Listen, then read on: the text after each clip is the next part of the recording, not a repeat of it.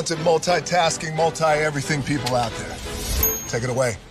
Find your glory, write your story, fearless feet will carry you. Time you own it, take your moment, be a fire burning through. Hustling from night until morning, grinding it out, it won't be long. Feel your power, it's your hour, you inspire, you are strong. Enjoy your Zola. No applause? You're all fired. Hey, good morning, America.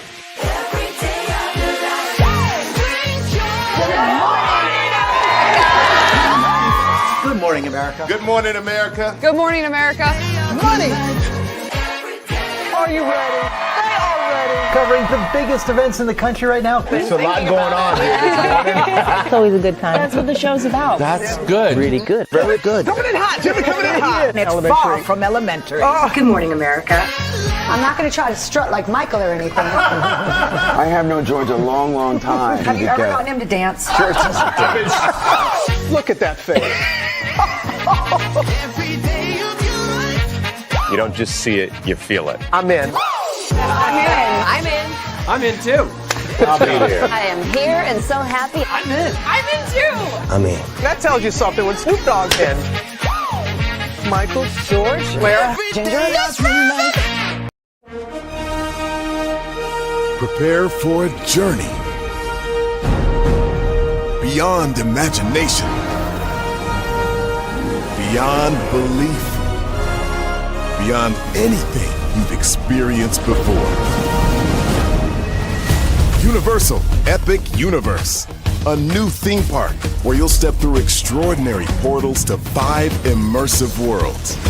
Prepare for a cosmic voyage of discovery, an isle of fire-breathing excitement, a shadowy world of monsters and mystery, new wonders in the wizarding world, and a new way to play.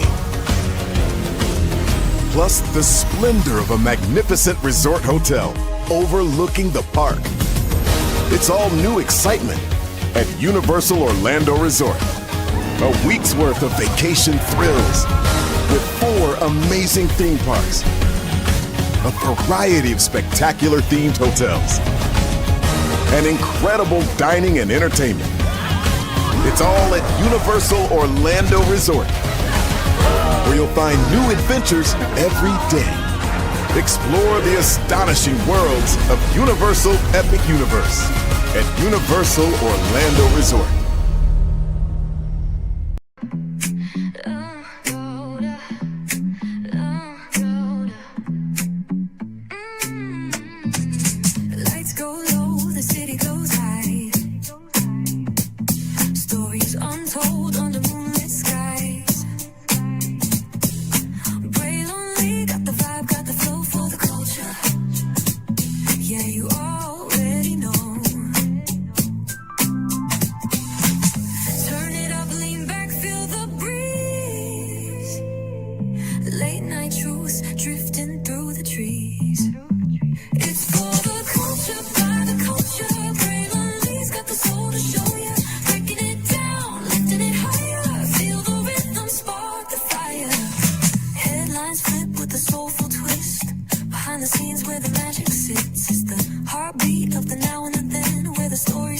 And never ends.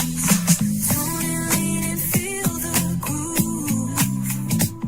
Every moment, a vibe you can't lose. It's for the culture, by the culture. Braylon got the soul to show you. Breaking it down, lifting it higher. Feel the rhythm, spark the fire. Do, be, do, be.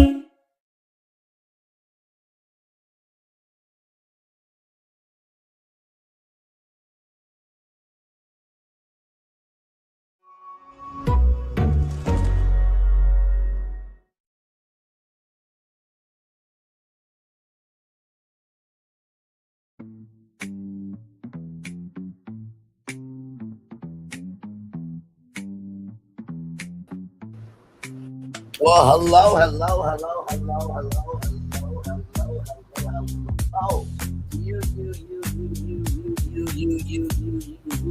you welcome into another edition of Braylon Lee's Virtual Tour Live. We are live on tour this morning. Glad to have all you here in the building. We got 1, 2, 3, 4, 5, 6, 7, 8, 9, 10. Another 10 destination show for you. I've done 3 10 destination shows so far this year, which that should let you know how much is going on. Erica Schwartz could be the new CBC director. She is advancing in her nomination. We'll talk about that this morning. On Ojinika Obiekwe, she worked at Pix 11 TV, and she sued for racial discrimination and won. We'll get into that. Oprah is shutting down her school in Africa for girls. She is. We'll talk about the transition this morning as well. Beyonce has full ownership. Let me say that again. Has full ownership,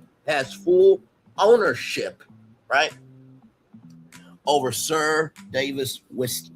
So, very, very big news there. We'll talk about that as well. Like I said, we got 10 destinations for you. Hearst Communications has bought Disney's stake in A&E Global Media, so some huge news there. Bowie State University is doing something big for nursing, doing a first, okay? So can't wait to talk to you about that. The Congressional Black Caucus could be erased, and a Republican is trying to do it. Of course, we'll give you the intel on that as well. Angelica Whaley is trying to make luxury available for all Black people, and we love that type of energy. We'll talk about that. Howard University, the interim president, has a response for what is going on. You guys know there were 500 students unenrolled at Howard University. Okay? And then what if I told you that there was an unreleased album for Whitney Houston and Brandy?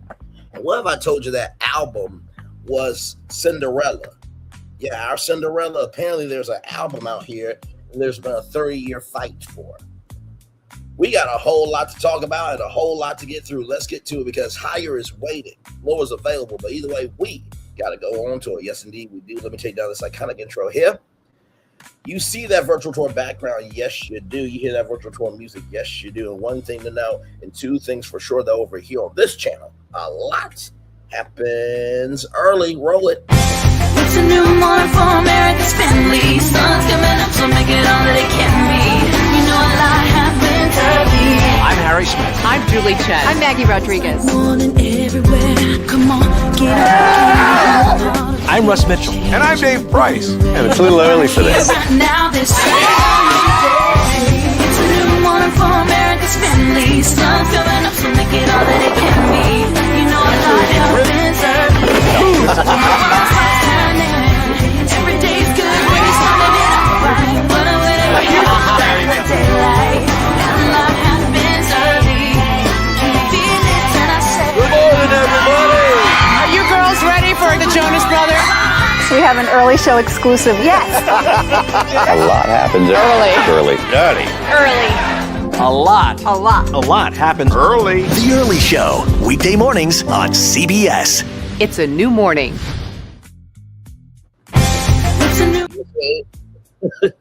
Is a new morning for America's family, for all of us trying to do right in the world, everybody. Yes, indeed, it is a new morning. Julie Chen Moonves. You see that? Yes, it is a new morning. Julie Chen Moonves. Sorry, y'all, my brain's still waking up. It is a new morning. Julie Chen Moonves. And to Russ Mitchell, Dave Price, Harry Smith, and Maggie Rodriguez. You are absolutely right. A lot on this channel right here. Wait for it. Happens early. Good morning, everybody. Hopefully all is well for each and every single one of you. Let's get to the getting and doing what we do. 10 destinations for you all.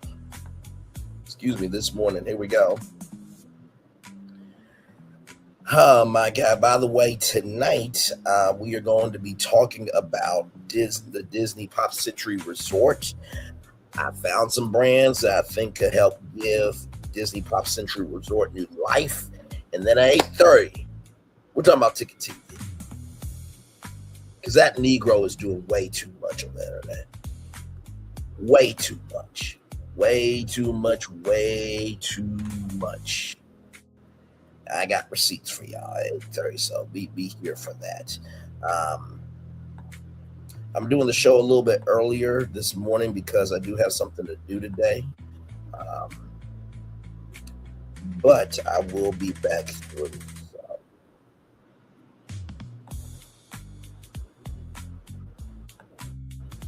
There we go. Okay. So here we go, everybody. Shout out to rollingout.com, celebrating 25 years on to the next 25 years. Erica Schwartz advances toward historic CDC role. Dr. Erica Schwartz clears a hurdle, but questions remain about her willingness to political pressure. Now, here's my thing, right? Here is my thing, right? Political pressure, and we have a president who had to pay like $5-something million to Eden Carroll because he basically raped her in a dressing room. In the Epstein files, it was shown that he raped a 13-year-old girl, had young women force fellatio on him, and judged the tightness of their gines and their vulvas. Utilized campaign funds to pay off an adult star while cheating on his wife. Got convicted of being a felon. Okay. Can't serve on New York board for 3 years and was found guilty in court. And y'all asking this woman if she will buckle under political pressure. I know you lying. I know you lying, and I know that you lied. Let's continue on.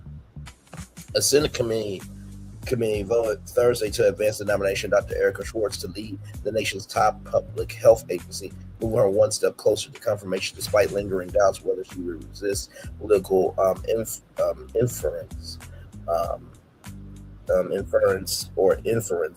in her role. A historic nomination moves forward. If confirmed by the full Senate, Schwartz 54 will become the 22nd director of the Atlanta-based Centers for Disease Control and Prevention. The agency will be responsible for protecting Americans from preventable health threats.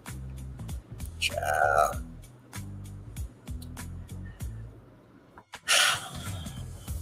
But the biggest threat to health is in the White House and his administration running the country, and his supporters, which now all of a sudden they want to get off the bandwagon because they see the hell everybody tried to tell them about. Oh no. Y'all got that for life. If you've been cut off from family members, friends, if your kids have cut you off, if you've lost your job, you deserve it. You deserve it, and you deserve it. Now, your husband, your wife, your kids, we pray for them. We love them. We want them to be well. You can take yourself out to the pasture, and we'll just wait for you to pass away in the field socially, of course. Oh, you got to be quicker than that. I mean, my God, I don't get it. I don't get it.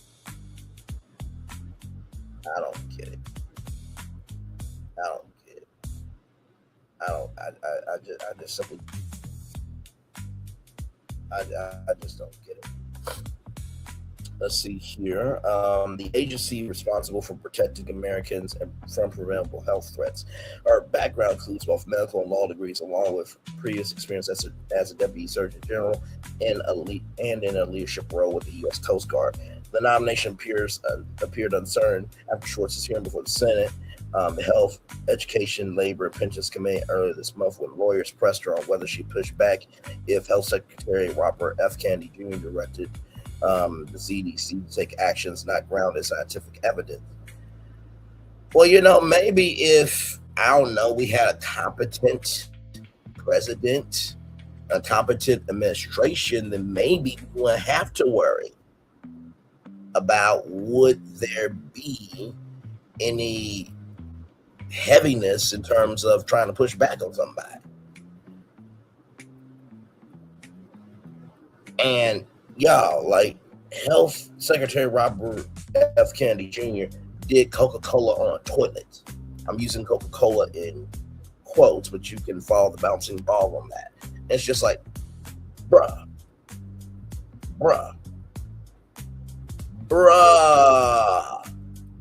Come on now. I mean, no damn sense.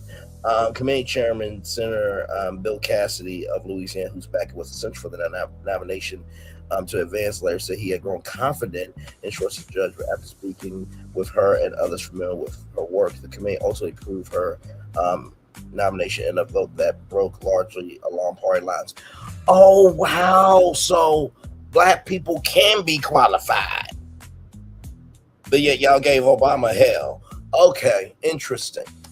Very, very, very, very, very, very, very interesting. Yes. Not every senator was convinced. Rather, opposition came from several lawmakers, including Senator Bernie Sanders, the independent from Vermont, who argued the central question was whether the administration would include officials willing to challenge anti-science viewpoints and conspiracy theories rather than accommodate them. Here's the thing, right? It's not like opposition was not going to happen. I think Bernie Sanders has been for the people. And I think the reason why that question was asked is because, we know that Robert F. Kennedy, Jr. got rid of all the CBC people and appointed people that would agree with him. So I think that question is very fair. But at this point, I think Erica Schwartz would be a better president than the president that we have right now. An agency already in turmoil, the CDC has faced significant upheaval since the current administration returned to office last year. The agency has lost more than 3,000 employees, over a quarter of its workforce. Layoffs and resignations, a rotating cast of mostly temporary leaders has further eroded morale, while political appointees with limited medical or public health training have taken on front office roles. When Schwartz was first nominated in April, public health experts responded with cautious optimism, pointing to her credentials and know that she was selected by the president rather than by Kennedy, who was a prominent vaccine skeptic before overseeing federal health agencies. Kennedy had pledged not to alter the nation's vaccination schedule, though he later pursued a substantial revision of childhood vaccine guidance, portions of which were blocked this year by a federal judge. There was a black waste of life that basically talked about, how children in Florida don't have to take measles. It was just proud of it. I'm just like, so y'all think that, getting a shot that can save your life can lead to other things. Now, of course, there are medical properties that may not respond to your body. That's a given. But just kids deserve to be protected. I don't get to people. I just really don't. I just really don't. I just don't get it. Give me a moment, y'all.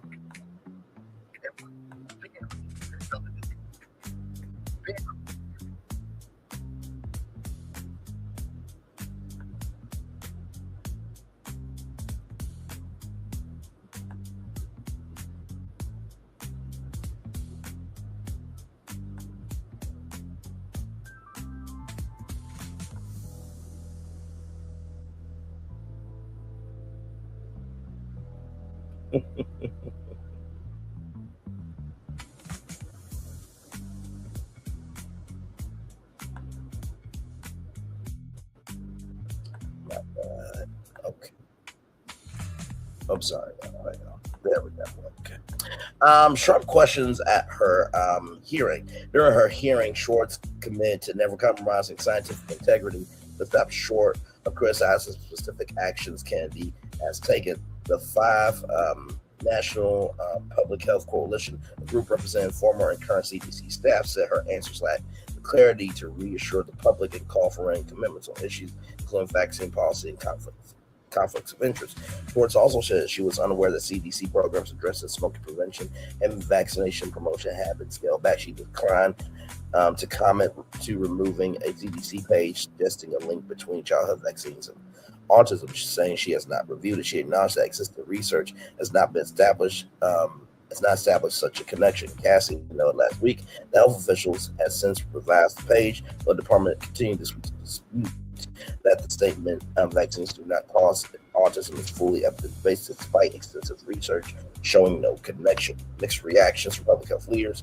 Dr. Georges Benjamin of the American Public Health Association says Schwartz appeared to be navigating competing political pressures under her testimony round. Though he disagreed with several of her responses, he continued to back her nomination, citing her qualifications and potential to rebuild CDC's leadership structure. Dr. Daniel Jerrigan, a former senior CDC official, warned that rejecting her nomination would lead the agency in one direction for even longer. A history of turbulent nominations. Schwartz is the third person nominated for the role in 18 months. The first nominee, former Congressman Dr. David Weldon, saw his hearing canceled at the last minute in March 2025 due to insufficient Senate support. The administration then turned to Susan Martinez, who was confirmed but removed in a month over disagreements with the administration's agenda. The same health committee also advanced the nomination of Senator Sean Kaufman for a separate health preparedness role Thursday, despite his history of comments questioning starting vaccines and a vote that also fell on party lines. Public health is in my DNA. I'm here because I want to continue serving our nation and because I believe deeply in the mission of the CDC. If confirmed, my first priority will be restoring trust in public health institutions through radical transparency and unwavering scientific integrity. As CDC director, my sacred responsibility is to provide the American people with public health guidance that is clear, honest, and evidence-based. I will never betray the science. Listen, that was more clear than the president has never been clear, okay? So listen, I'm pulling for this woman, but also too, I just have a feeling that something is going to go down and 47 is going to blame this black woman. I just have a feeling about it. I have a feeling that the administration is going to try to poke this woman, try to, stab this woman socially and allow her to bleed, in a fashion of, hey, it was on her, it wasn't on us. And they will do outrageous overshadowing, and this woman's career can be destroyed because we have an incompetent president, incompetent administration, and incompetent human beings who support all of this ish. Okay, all right, moving on.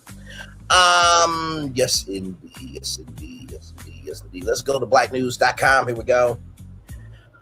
Black journalist wins $2.4 million in racial discrimination case against TV station right here. So this beautiful sister right here, loving the face guard, loving the hair and everything. Ojinika Obiekwe, a former Pix 11 reporter, received a $2.4 million award after a federal jury ruled that the station and its parent company, Mixed Media Group, retaliated against her after she raised concerns about racial discrimination. The jury awarded Obiekwe about $1.14 million in compensatory damages and $1.28 million punitive damages following her lawsuit against the New York television station, according to People. Obiekwe spent 22 years working at Pix 11, beginning her career as an intern before becoming the station's entertainment anchor and reporter. She claimed that as her role expanded, she was given the workload of multiple employees while receiving less support compensation than some of her white male colleagues. So it's not just happening in retail, it's also happening in media as well.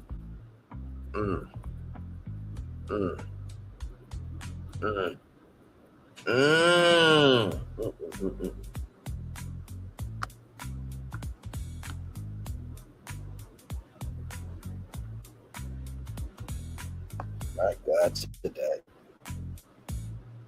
My God, today.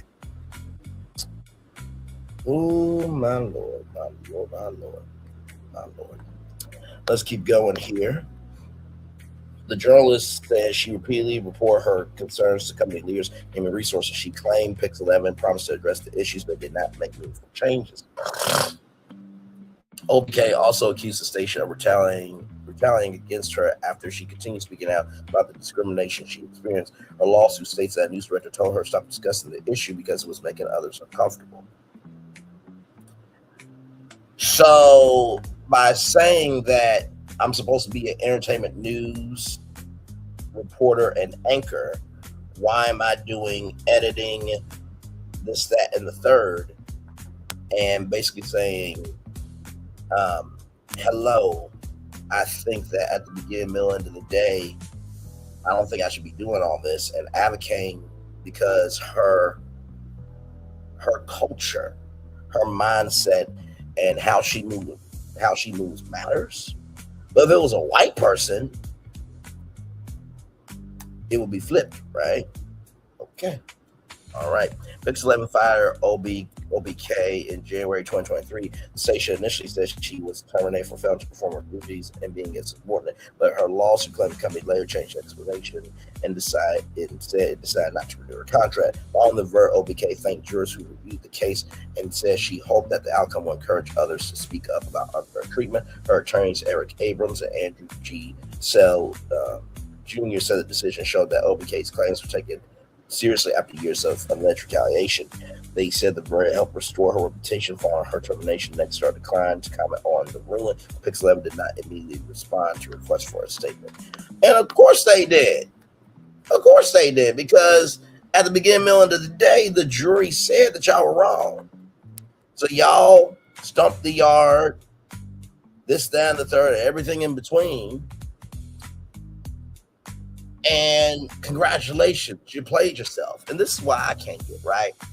So it's cool for anybody else to advocate for themselves so they don't look like this. But when we do, it's a problem. Right? And like I said, on my job, I experienced the same thing. Not so much racial discrimination, although I do believe that can be a factor. You know what I mean? It's 2026, and like I said before, societal slavery is the workplace now. It's changed from the conflict to the workplace. So I do believe that definitely is a factor.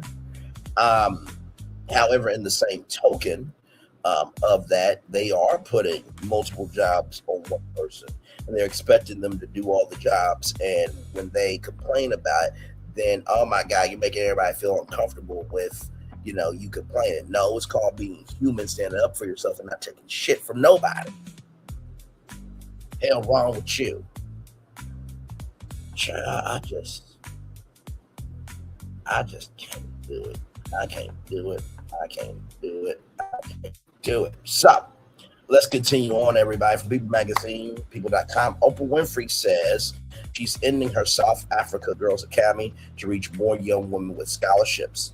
The dream was never simply to build a school, rather it was to invest in the limitless potential of young women, said Winfrey. The academy will transition back to the community as she focuses on helping more young women. Right here, the Oprah Winfrey Leadership Academy of Girls in South Africa will be closing after 2027 and transitioning its operations back to local officials. Winfrey will instead focus on an expanded scholarship program for girls there. Overall, there will be double the amount of girls who will have access to education through this model, a rep from Winfrey says. The South Africa school that Oprah Winfrey opened nearly 2 decades ago will be closing, transitioning its operations back to local officials, while Winfrey focuses on an expanded scholarship program for girls there. She announced this week the dream was never simply to build a school. It was to invest in the limitless potential of young women. Winfrey 72 said a statement on Wednesday, July 29th, announcing that the Oprah Winfrey Leadership Academy of Girls will end operations in its current form at the end of 2027. From there, the provincial government will take over and continue operating the facility as a school. A rep for Winfrey tells People. The academy will graduate 2 more classes of girls in the remaining Students will go to other top tier schools with their tuition paid for in total by Ms. Winfrey through their graduation, the rep says. In her statement, Winfrey says that her mission does not end with one campus. It continues, and every girl whose future can be transformed through education. I'm excited that this next chapter will allow us to reach even more young women across South Africa and continue the promise that began more than 20 years ago. She continued. Scholarship program will begin after the academy students have graduated, according to Winfrey's rep, saying that overall there will be double the amount of girls who will have access to education through this model. That's the core of the decision to shift to this new model after seeing the success of these students in the past 20 years. The rep says more than 1,000 girls have graduated from Winfrey's Academy since it opened in 2007. After Winfrey called a devastating early controversy with a former staff member and later acquitted of abuse, the school went on over the years to educate women from disadvantaged communities across South Africa, according to a news release shared by the Academy. The mogul herself invested hundreds of millions of dollars. According to a study cited in a news release, almost all the graduates surveyed said they went on to pursue higher education and reported that their education positively transformed their families. This school is my greatest legacy, Winfrey told People in 2019. These girls are my deepest, greatest joy. First of all, congratulations to Oprah Winfrey and everything that she has done, right? And sincerely, I think that the beginning, middle, end of the day, as long as the access, right, and the availability of this resource is happening, I don't think we should be upset about this. I think that, schools, they change hands all the time. Sometimes schools have shut down due to lack of funding. If you don't know, Black schools are more underfunded than traditional, predominantly white institutions, right? In addition to that, I know what people are saying of Oprah Winfrey should open up a school in the United States. And you know what? I agree. I definitely agree. I think that if that model worked so well there, I think that Oprah should do that in the United States. I mean, LeBron James did that with his I Promise School in Akron, Ohio. And, I keep joking that eventually it's going to be I Promise University or Spring Hill University. I really, really do. Or 330 University or something to that degree, that LeBron James is going to basically buy Akron University and elevate all of the buildings up, elevate all the equipment up, elevate all the professors up. And I'm not saying he's going to make it an HBCU, but I do believe that he's going to stump the yard with Akron. I really do. And by the way, if you do go to, speaking of universities, if you go to Kent State University this year till November, I think 27th or something like that, Kent State will pay you $1,000 if you enroll to their college, right? And they're also waiving the $50 application fee. I do think that at the beginning, middle, end of the day, I think that it is, I think it's good. I think it's good. I think it's very, very good that Kent State and other universities are recognizing, hey, we can be solutions, right?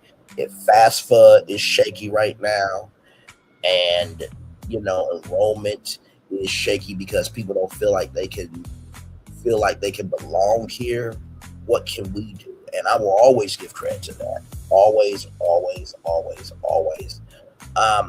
Like I said, TRIO is still around, thank God. TRIO, Upward Bound, and the Robert McNair programs are still around. The Robert McNair program is basically a Black and minority program where you can get a master's degree for free. Absolutely free. You can get your master's degree for free. You can get your master's degree for free. You get your master's degree for free. Okay. And that's a huge deal. Upward Bound allows you to be able to, get your credits while you're in high school. Trio, which I was so blessed to be a part of. They help you with tutoring, study skills, tutoring, even financial aid, cultural trips, bunch of great stuff. If you are a first generation student, if you are a minority, or if you have a disability, please, please, please sign up for Trio. It is one of the greatest resources in the world of education. And that's one of my big commitments in my media empire, is to always make sure that we can help Trio programs in any way. Then that's what we're supposed to do.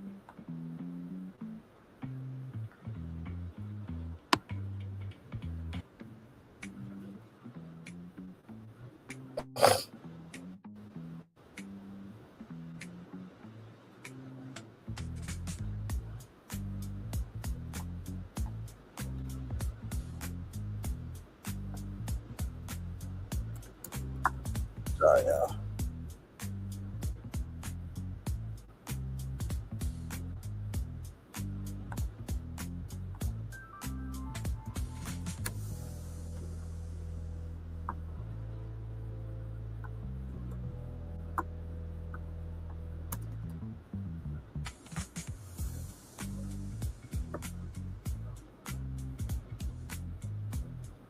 All right, there we go, y'all. Yes, indeed, there. So congratulations to Oprah Winfrey and all those girls, and hopefully Oprah will expand her talents here in the United States of America. And also, too, for those of you who don't know, Oprah created a scholarship, right, at Morehouse College.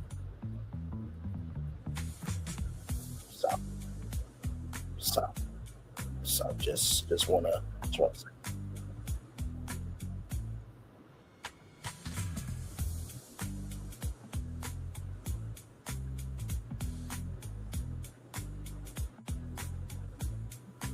Sorry, I'm looking at it.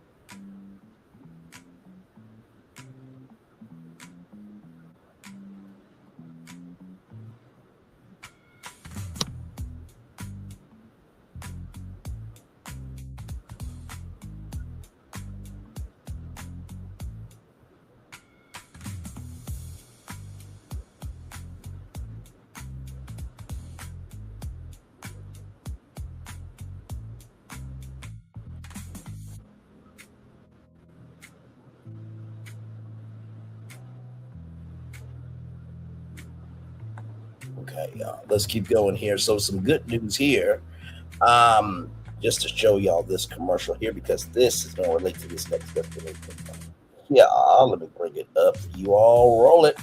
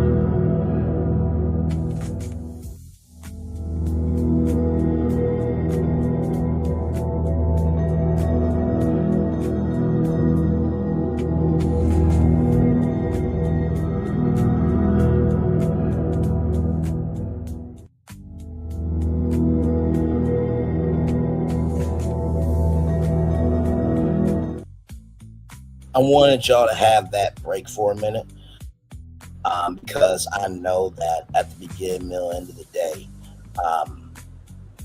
you know, whenever we talk about, you know,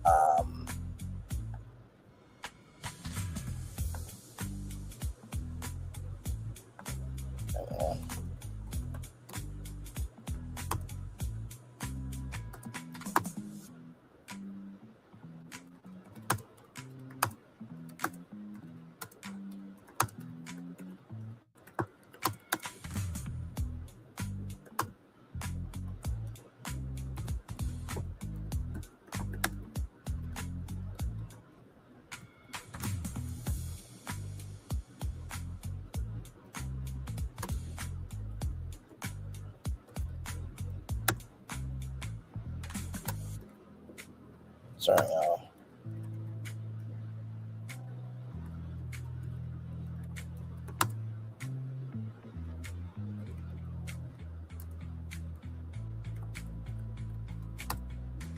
Sorry, y'all.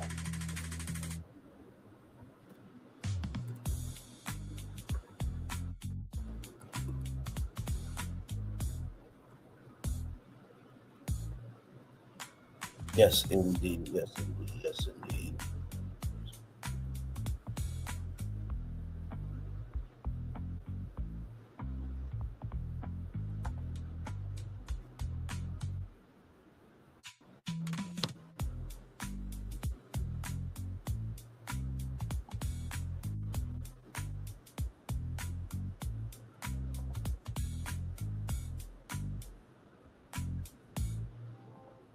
Yes, indeed. All right, y'all. So here we go with this here from the Spirit's Business. Beyonce takes ownership of Sir Davis whiskey. Yes, indeed. Grammy Award-winning singer Beyonce has taken sole ownership of Sir Davis American whiskey. Let me see, because I know she's supposed to have a visitor center in Texas. Visitor center. I know it's supposed to be open soon.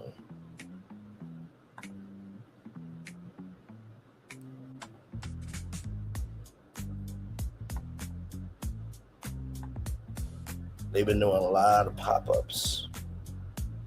Yeah, okay. So here it is here. I'll just show you the frequently asked questions.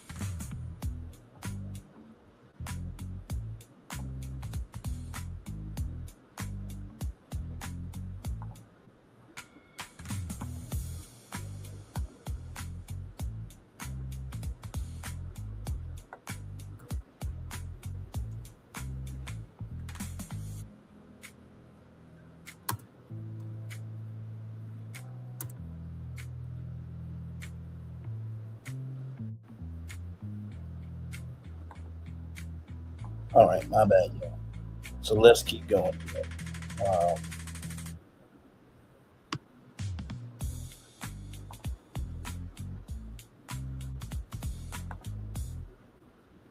Sorry, y'all.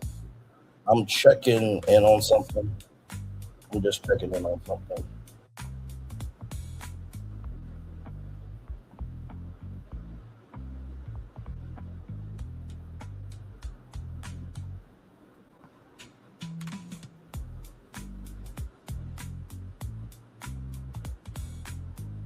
Sorry, y'all.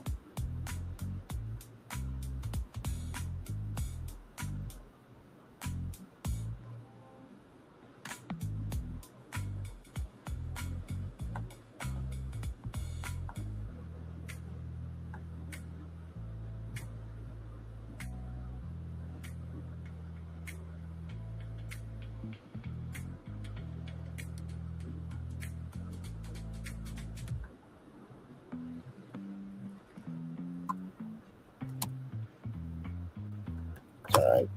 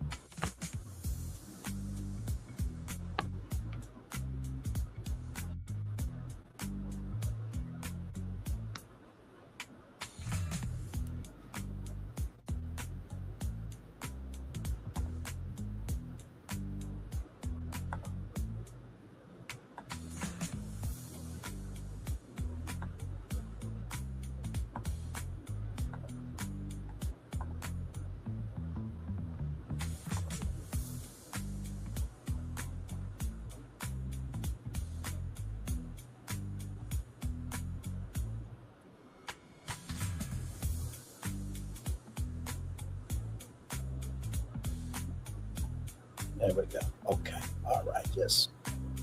Sometimes we gotta regulate. Oh man. Oh man. Oh man. Okay, so here it is. Here, y'all. Let me show y'all.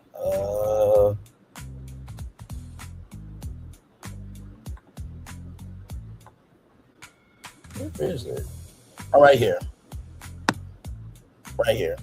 Now they said that there's supposed to be a Sir Davis distillery and can consume. The question is rather, is there a Sir Davis distillery and can consumers visit? The Sir Davis brand home is in Texas and set to open to visitors in 2025.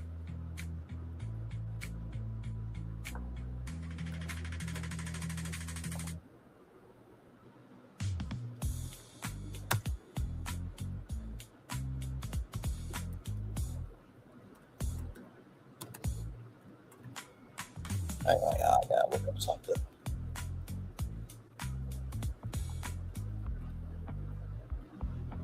Monologue dialogue. A monologue is a long speech by one person. Okay, thank you very much, Google. I know what it is. Thank you.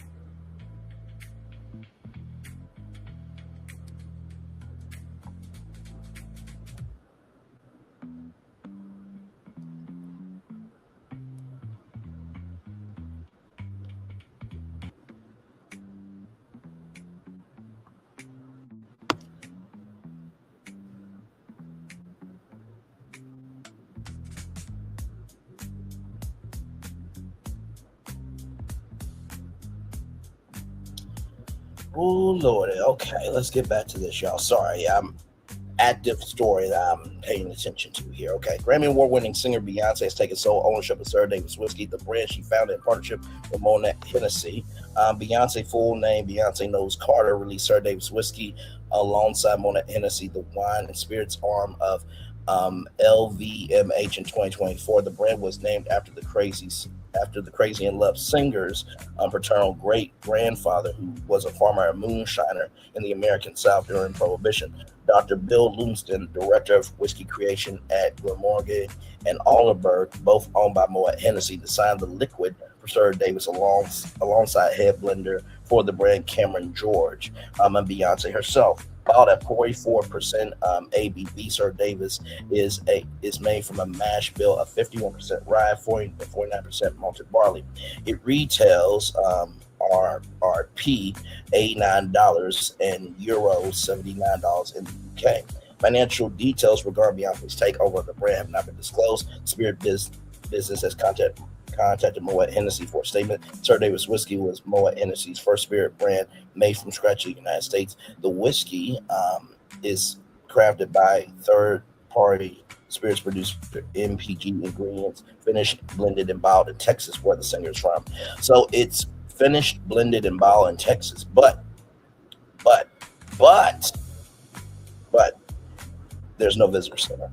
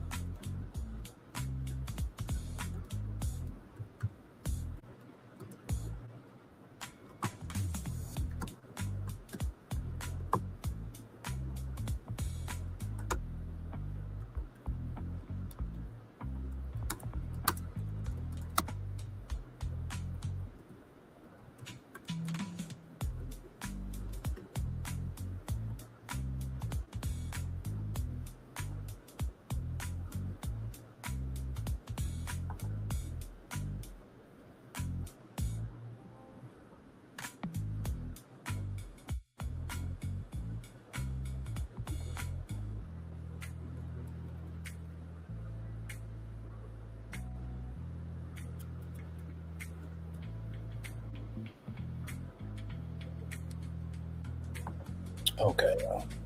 So, like I said, congratulations to Beyonce.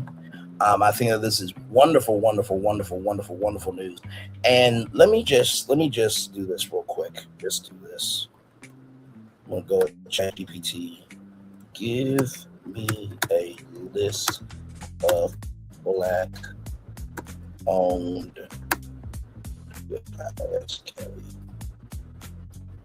whiskeys in the United States.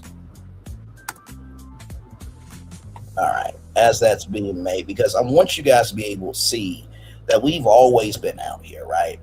And this is why being able to have a platform is so important, right? So let me just show y'all this here. Okay.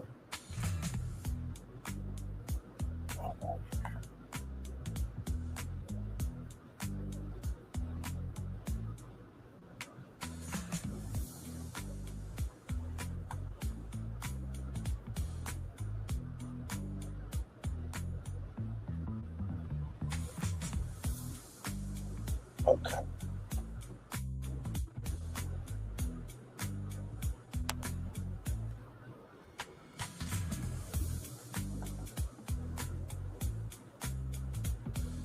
All right, so let me show y'all this here from ChatGPT.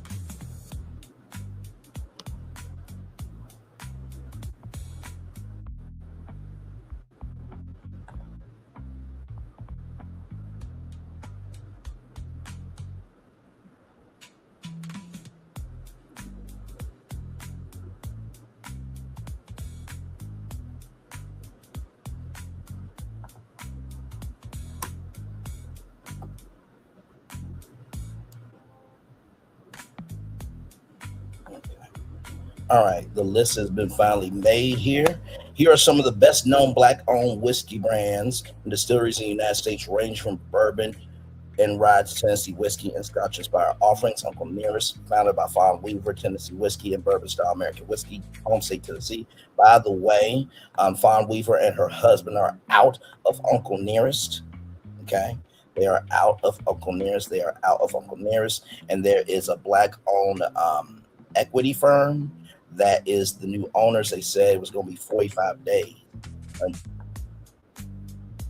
It was going to be 45 days until that we know who the owner is.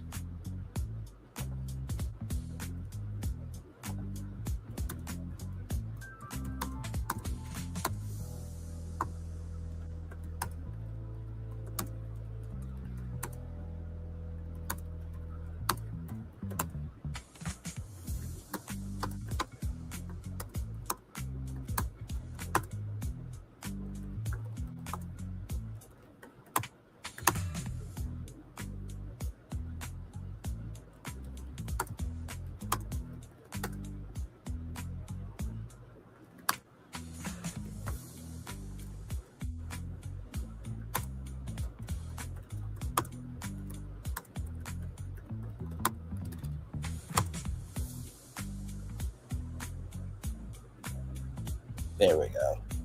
You know what's really amazing, y'all, that I am so grateful for?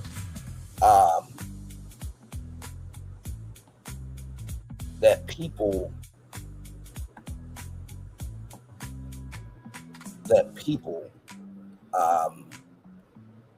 really can see.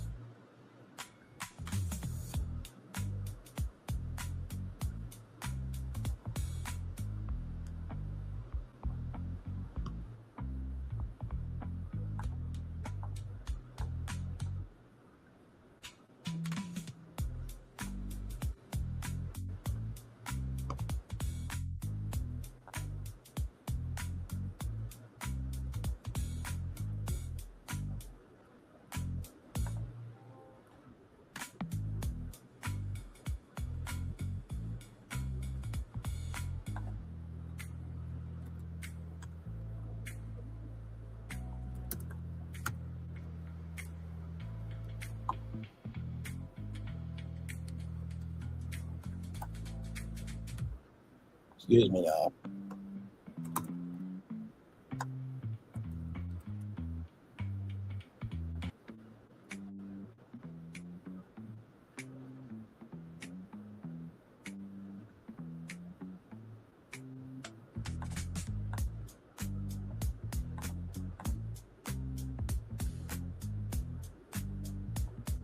Sorry, y'all.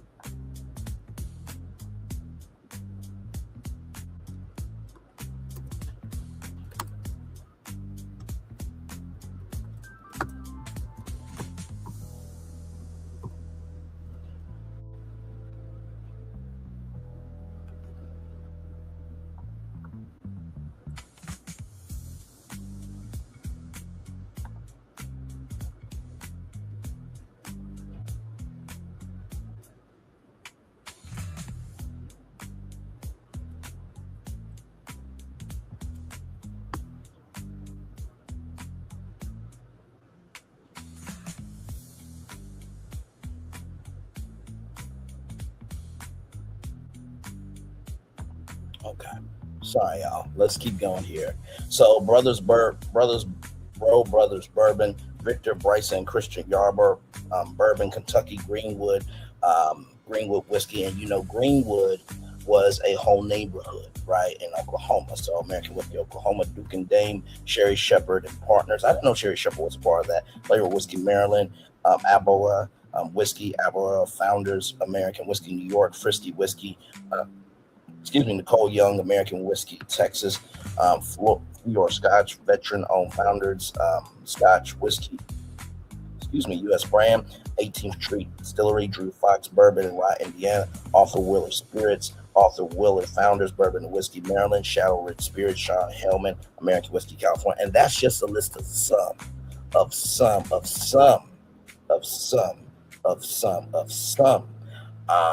You know what I mean? So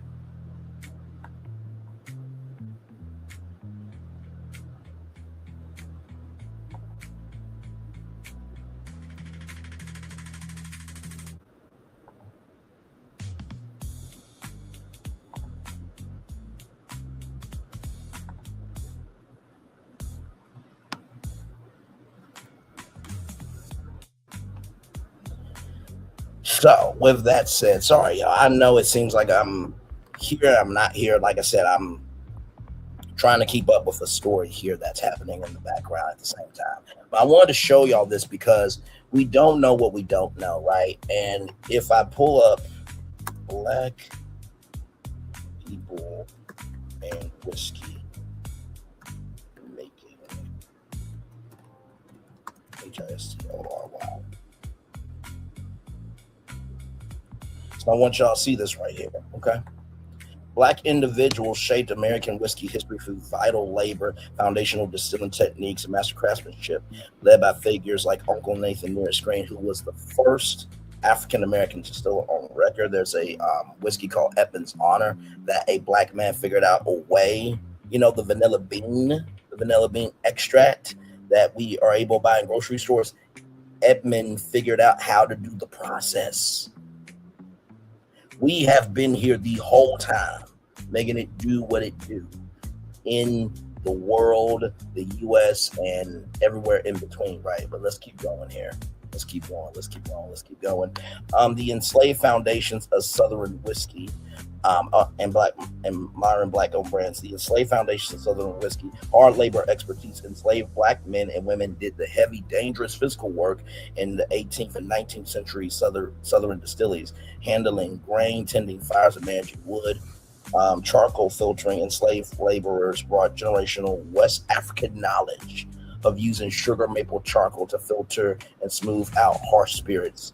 The real creators' credit for early American whiskey recipes and techniques was often given credit to white preachers and landowners, while actual creation relied on enslaved experts. Nearest Green and Jack Daniel, first master distiller Nathan Nearest Green, an enslaved man in Tennessee, perfected the sugar maple charcoal filtering method known as the Lincoln County process that defines whiskey. Teaching Jack Daniel after emancipation, Green was hired as the first black master distillery. Yeah, the first black master at the distillery, and personally taught and mentored the young Jack Daniel. So think about that. Every time you're drinking Jack Daniels, right, you are also drinking the history of Nathan Nearest Green. And think about how deep that is, right? Think about how deep that is. That in the 1800s, while slavery was going on, we had the first African-American distiller on record, right? So it's important that we know our history. And I know what y'all gonna say. Braylon, we are so tired of hearing about what we are, what we can't be, what we won't be, this, that, and third. Well, here's the thing, right? This really grinds my gears. So I want to talk to y'all for a minute. If we can't stand, right? If we can't stand the history that has hurt us, and we're asking, where's the positive? And if people are producing positive, are y'all listening to the positive too? Because some of y'all will run to anything negative first before positive. That's society. The negative has more heat than positivity. I get it. Listen, that's why I do the show the way that I do. I cover everything, right? We talked about a black female being the first ever black female CDC director, right? We talked about a woman who got $2.4 million from the station she worked at since she was an intern and one for discrimination. We talked about Oprah Winfrey continuing to give girls in South Africa full ride scholarships. We just got done talking about Beyonce having full ownership of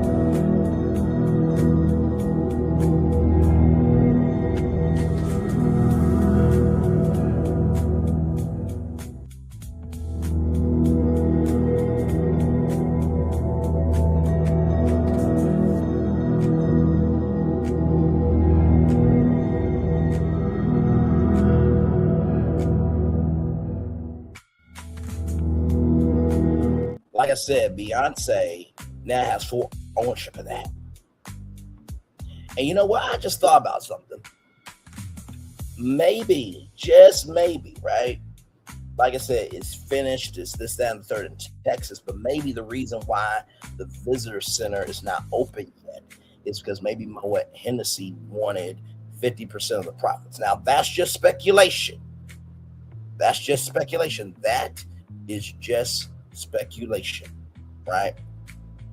But that could be a possibility of why maybe she wanted to be able to have full ownership. But either way, the fact that Moet Hennessy respected Beyonce is huge, right? So hopefully this will open doors for other people in the spirits industry. And also too, don't attack somebody going down a path towards a blessing or blessings because you don't know how that path could bless you later on down the line.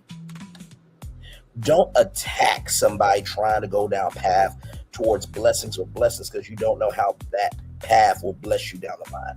Don't attack somebody on the path to a blessing or blessings because you don't know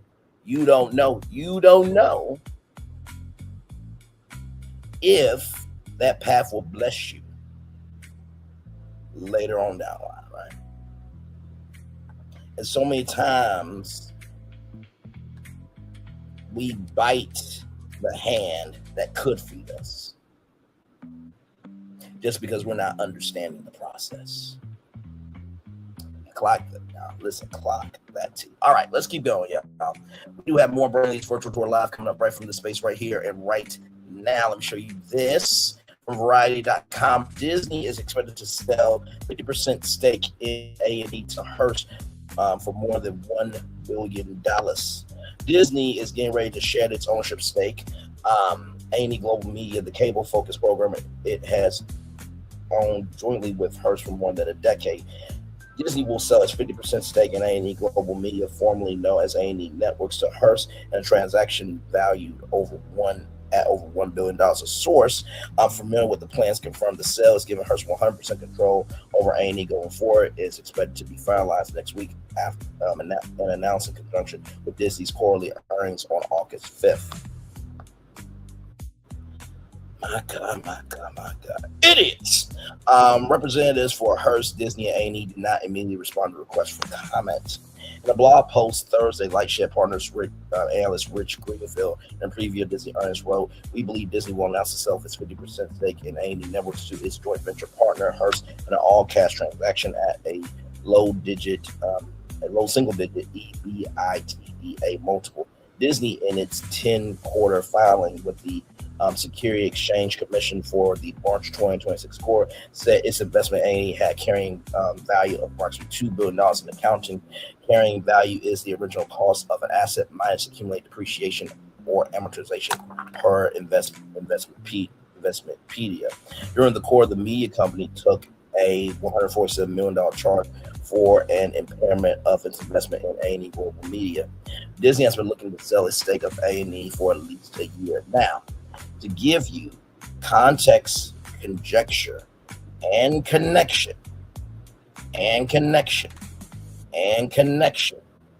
on what's going on, right? As you guys know, NBC, right? They spun off their cable networks into a separate company called Hearst, right? I was have NBC News, the Today Show on that news, right? Bravo is still with NBC Universal, right? And now recently, Comcast is separating themselves from NBC Universal, which is absolutely huge, right? And the reason why it's huge is because Comcast thought, well, if we can get, more of the cable channels and have ownership of NBC, then hopefully their brand will help people get cable subscriptions, right? That was their thinking. Then you have Warner Bros. Discovery, and they're still too, right? Okay. Yes, I'm giving you this context, conjecture, and connection because it's going to lead back to Disney, right?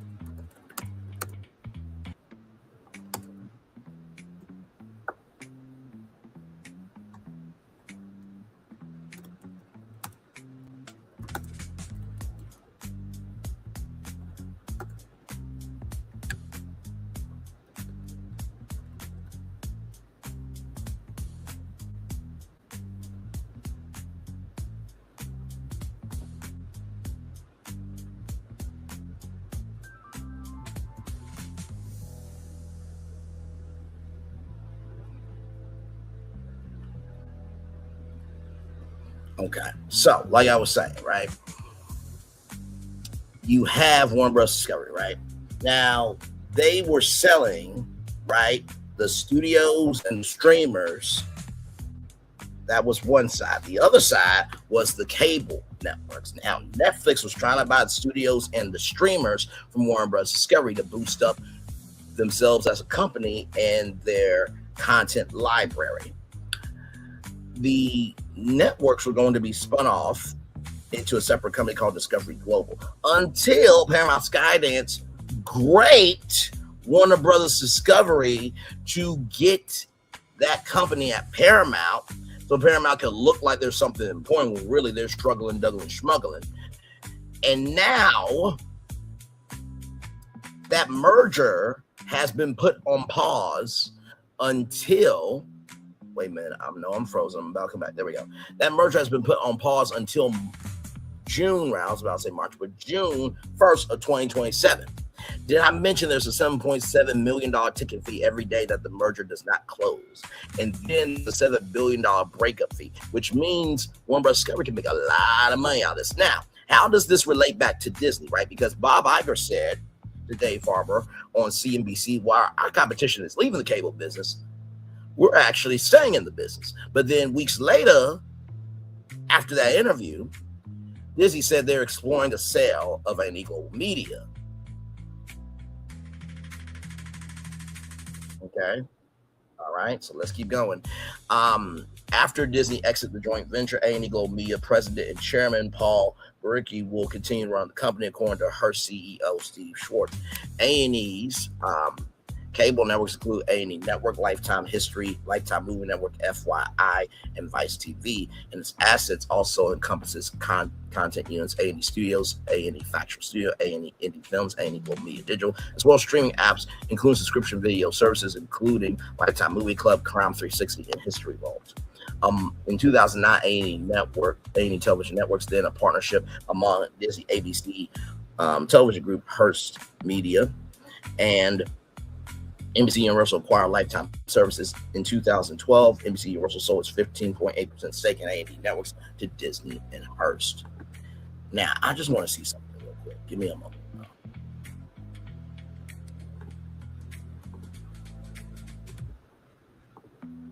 Give me one moment, because I just want to see something.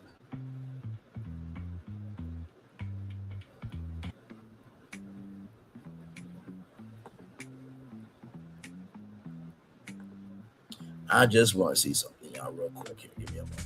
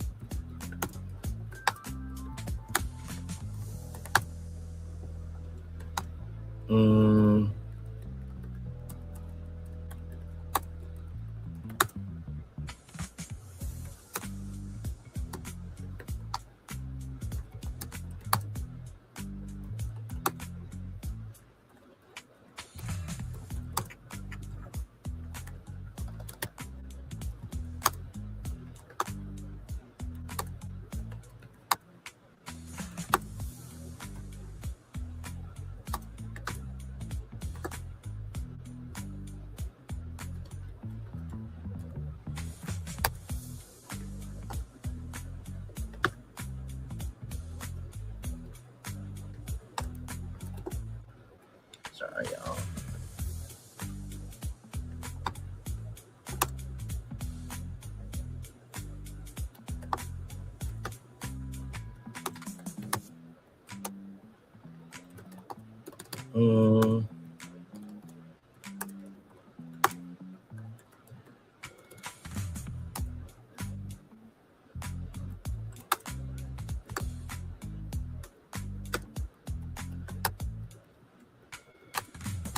Usual, because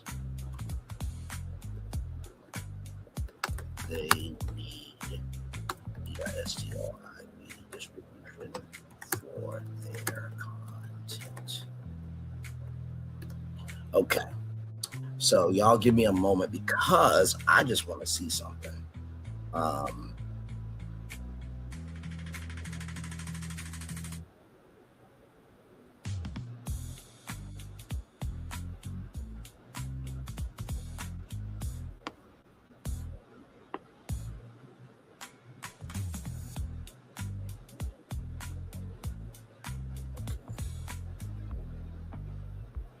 Like I said, my theory,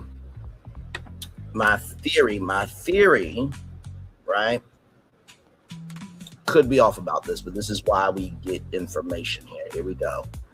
So I asked, with the information from this article, does that mean content from A&E Global Media will go away from the Hulu streaming platform and the Disney Plus platform, or if Hearst keeps their agreement for A&E Global Media content to still be on Disney Plus, and I'm going to say Hulu, is it still just business as usual because they need distribution for their content? The short answer is no, not necessarily. Based on reporting from Variety, Disney is selling its 50% ownership stake in A&E Global Media to Hearst, making Hearst the sole owner of A&E History, Lifetime, FYI, and A&E Studios. The article discusses an ownership change, not a distribution change. Here's what that means. Here's what that likely means. Scenario one: Hearst keeps the existing licensing agreement. Most likely, if Hearst and Disney negotiate or continue a licensing agreement, history programming could remain on Disney Plus and Hulu, where it's already licensed. Lifetime A&E content will continue appearing on those services. Disney would simply become a customer licensee instead of a co-owner. This is very common in the media industry. For example, Netflix licensed shows from companies it doesn't own. Disney Plus licensed content from outside studios. Hulu carries programs from many companies that Disney doesn't own. In that case, it's largely business as usual because Hearst still benefits from Disney's enormous subscriber base, and Disney benefits from carrying popular programming. Scenario 2, Hearst changes its distribution strategy because Hearst will own 100% of A&E Global Media. It could eventually decide to renew Disney's licenses, negotiate higher licensing fees, make some of their programming exclusive elsewhere, launch or expand its own direct-to-consumer offerings, license shows to multiple streaming services. Sorry, y'all. Okay. Whew. Okay. Sorry about that, y'all. If that happens, some A&E content could eventually leave Hulu or Disney Plus, but there has been no announcement that this will happen.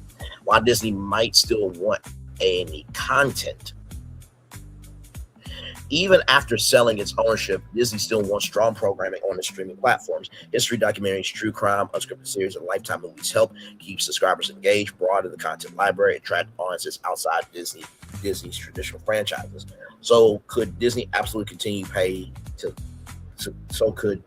So Disney could absolutely continue to pay to license A&E content if it makes financial sense. While Hearst would likely keep Disney as a partner, from Hearst's perspective, Disney Plus and Hulu represents tens of millions of potential viewers. Licensing content to Disney would generate recurring revenue, increase audience reach, promote A&E brands, reduce reliance on traditional cable. That's why many analysts expect distribution agreements to continue even after ownership changes, unless Hearst sees greater value. Elsewhere, my expectation, nothing in the variety report suggests that A&E program will be removed off of Hulu or Disney. The sale changes who owns A&E Global Media, not automatically where its content streams, unless Hearst announces a new distribution strategy or Disney chooses not to renew licensing deals. Viewers may not know as much difference at all. In other words, ownership changes from 50-50 Disney Hearst to 100% Hearst. Distribution can remain exactly the same. Both companies agree on licensing. Consumer impact probably minimal in the near term unless either company announces new streaming plans.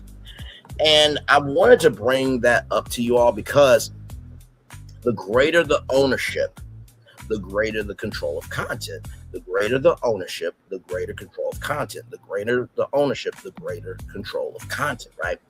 So because Disney is selling their stake, that means Hearst has full control. That means they can do whatever they want to do, right? And Josh D'Amaro, right? He's aggressively pushing for this one Disney thing, right? Where Disney Plus won't just be a streaming service. It'll be WaltDisneyWorld.com, it'll be Disneyland.com, it'll be ABC.com, it'll be every Disney website. You just go to DisneyPlus.com for everything, right? And that is, in the words of many people, you cut your own nose off to spite your face, right? Because what you're doing essentially, and let me come on the big screen and explain this. What Josh D'Amaro is doing by getting rid of Hulu entirely, he's getting rid of an adult streaming platform that Disney desperately needs. Disney is trying to make Disney Plus be like Netflix. That's not the purpose of Disney Plus. Disney Plus is supposed to be for kids and family content. Disney, Pixar, Marvel, Star Wars, National Geographic, right? That's that. Hulu is their adult content. ESPN is their sports content, right? And so, with that said, you're essentially killing the Disney bundle. That has been a great baseline for you all to make money by doing this, right? Oh my God. And my thing is this is 2026. You mean to tell me that Disney ain't got the money to make Hulu go international? Seriously. It's just so asinine to me that they believe this strategy is going to work, because now you're kicking off a very loyal Hulu subscriber base that has been paying their money consistently just to get Disney Plus to be bigger. It's just like how y'all killed the ABC app unnecessarily because you want people to go to Disney Plus. And if I pull up my phone right now, which I'm going to do, and I type the NBC app, I bet you it's going to show up. Give me a moment, because this is just ridiculous. This is why I get into Disney's ass for being this stupid.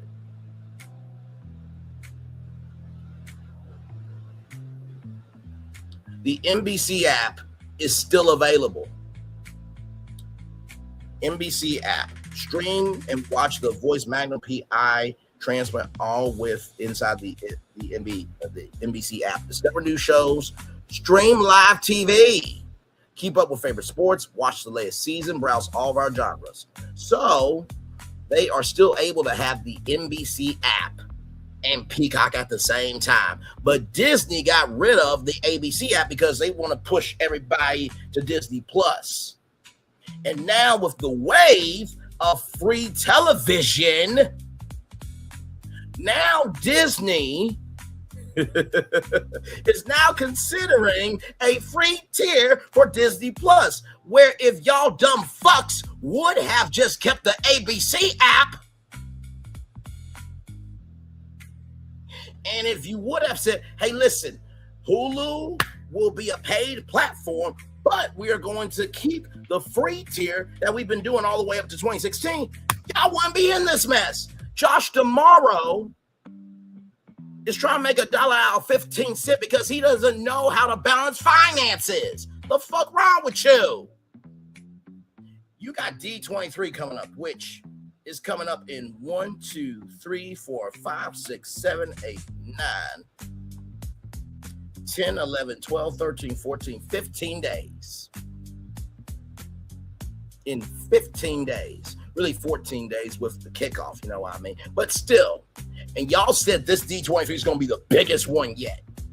You got the biggest expo floor ever in the history of D23. But you know what's interesting? They have never broadcasted live coverage on Disney Plus, Hulu, or ABC. Now, they've done live coverage on YouTube, but you got a whole broadcast network, right? But here's the gag. They'll send a correspondent from Good Morning America to D23. I'm sorry, why is George, Robin, Michael, Lara, Ginger not all doing GMA live broadcasts from D23? I will be having live from D23, even though they're taped now. They don't air live anymore. They tape their shows weeks in advance, right? So you have Good Morning America live from D23. You have Taped with Kelly and Mark from D23. They'll probably film their show kickoff day and then air it on Friday, which, for the record, Monday through Thursday, they used to be live. Then they would tape Friday show on Thursday. Then they'll air that show from Thursday that they taped on Friday. So that wouldn't be too crazy, but this Taped with Kelly and Mark, not live. I would have that show from D23. I would have Tamron Hall do her show live from D23. Even though it's the summer, she can come back just for a D23 show. I would have The View. They're on summer break, right? Or I think they about to go on summer break in August, because they usually work through most of the year, just like Wendy Williams did back in the day. But I will have The View live from there. I will have ABC World News Tonight be from there. I will have Jimmy Kimmel do Jimmy Kimmel Live from D23 live. That's how you utilize your flywheel to promote your company. But Josh tomorrow's the CEO of Disney. Okay, cool. And yes, myself, Florence, and Phil will be breaking down all the announcements from D23. So we will be here for that. Cannot wait for that. That'll be our first D23 together. And just, like I said, I want Disney to win. I do. I remember that day in Mulberry where I said, my sister asked me to be nicer at Disney because she knows the power of my voice and she knows I can showcase the good of Disney. This is why I go so hard. Listen, we have a whole live tonight. Let me show you. Because I know for some people, they're like, oh my God, Braylon, you say you want Disney to be good, this, that, and third, but you keep attacking Disney. Okay, I attack Disney, but I also give solutions too. Like, that's not how I roll. And you know, I know for some people, they're going to be like, well, Bray, if you want to work for Disney, they're not going to hire you. They will, because here's the thing. Everything that I have talked about on this YouTube channel has been public information, right? Public information, right? So they can't really do anything to me. They can try, but let's just say NBC, ABC, CBS, Fox, the CW, they want to sue me for my coverage of anything having to deal with them. You know what they're going to say? You know what the judge is going to say? Let's do a discovery on Braylon. Let's see his content. They're going to see, oh, he's talked about this in the past. Oh, he's talked about NBC in the past. Oh, he's talked about CBS in the past. Oh, he's talked about Fox in the past. Oh, he's talked about Next Star Media Group in the past. Okay, he's giving his take, and then it's going to be thrown out. Just like that lawsuit I just talked about with that woman who worked at Pix 11, which is under Next Star Media Group. Next Star can't sue me for talking about that story. Because guess what? They didn't give comment to the story. So how can you sue a content creator for talking about media news about a story that relates to you and it's public information? Now, I can understand if I talked about a story that I wasn't supposed to get any information about, but come on now. And so just to show you, later on tonight, we are going to be doing the Disney Pop Century Resort and Resorts Breakdown Town Hall. I have ideas for most of the hotels for Disney. And when I show you these hotels, I promise you, you're going to want them. I revived all of Las Vegas. Did a fabulous job. I mean, I wanted to go to Vegas after I got done with it. So believe me, for all that I criticize, are also champion too. And that's the thing we have to do better as a people. Oh, sorry, y'all can't see it. Right here. Right here. I'm going to talk about Disney's Pop Century Resort and the resorts tonight at 6 o'clock. For all that I criticize, I also champion. For all that I criticize, I also champion. For all that I criticize, I also champion. If we don't critique what is wrong, then things will stay wrong. I know that sounds redundant, but sometimes you have to break it down for the imbeciles in the back. Just saying. Just saying. Just saying. All right, y'all. Let's continue on. We do have more Brain Virtual Live coming up right from the space right here, right now, from Black Enterprise Magazine, blackenterprise.com. Here we go. Bowie State University launches first PhD in nursing education at an HBCU. Bowie State University launches first PhD in nursing education at HBCU. The public university, one more time rather.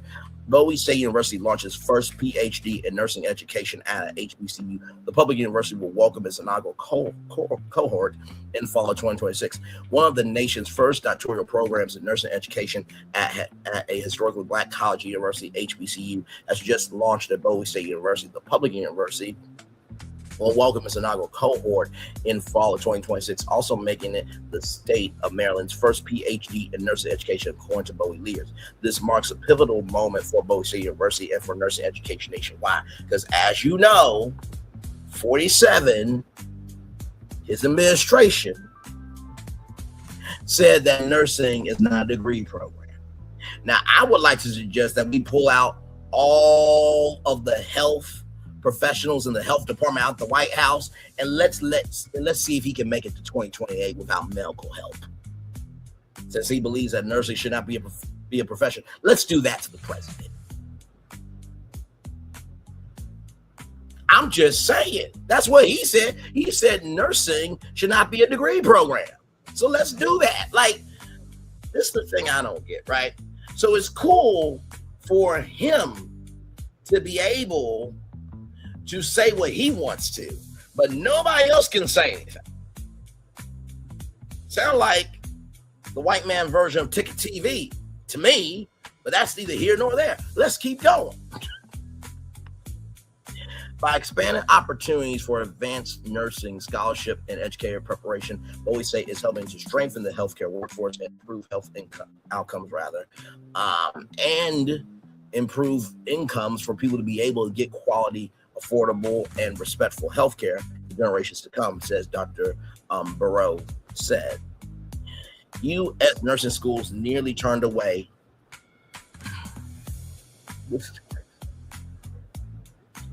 And we ask people to go to school to get education. I want to zoom in on this just so y'all can see it.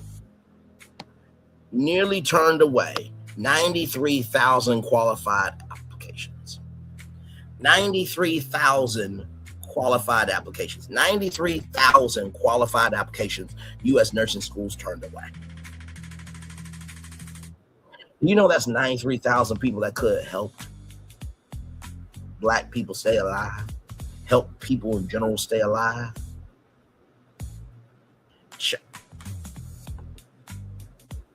My God, today. From baccalaureate and graduate nursing programs in 2025, due to an insufficient number of faculty, clinical sites, classroom space, clinical preceptors, and budget constraints, according to the American Association of Colleges of Nursing, with most nursing schools responding to the survey pointing to faculty shortages as a top reason for not accepting all qualified applicants into their nursing programs. Gee, I wonder if getting rid of DEI, make sure that workplaces are fair, had anything to do with that.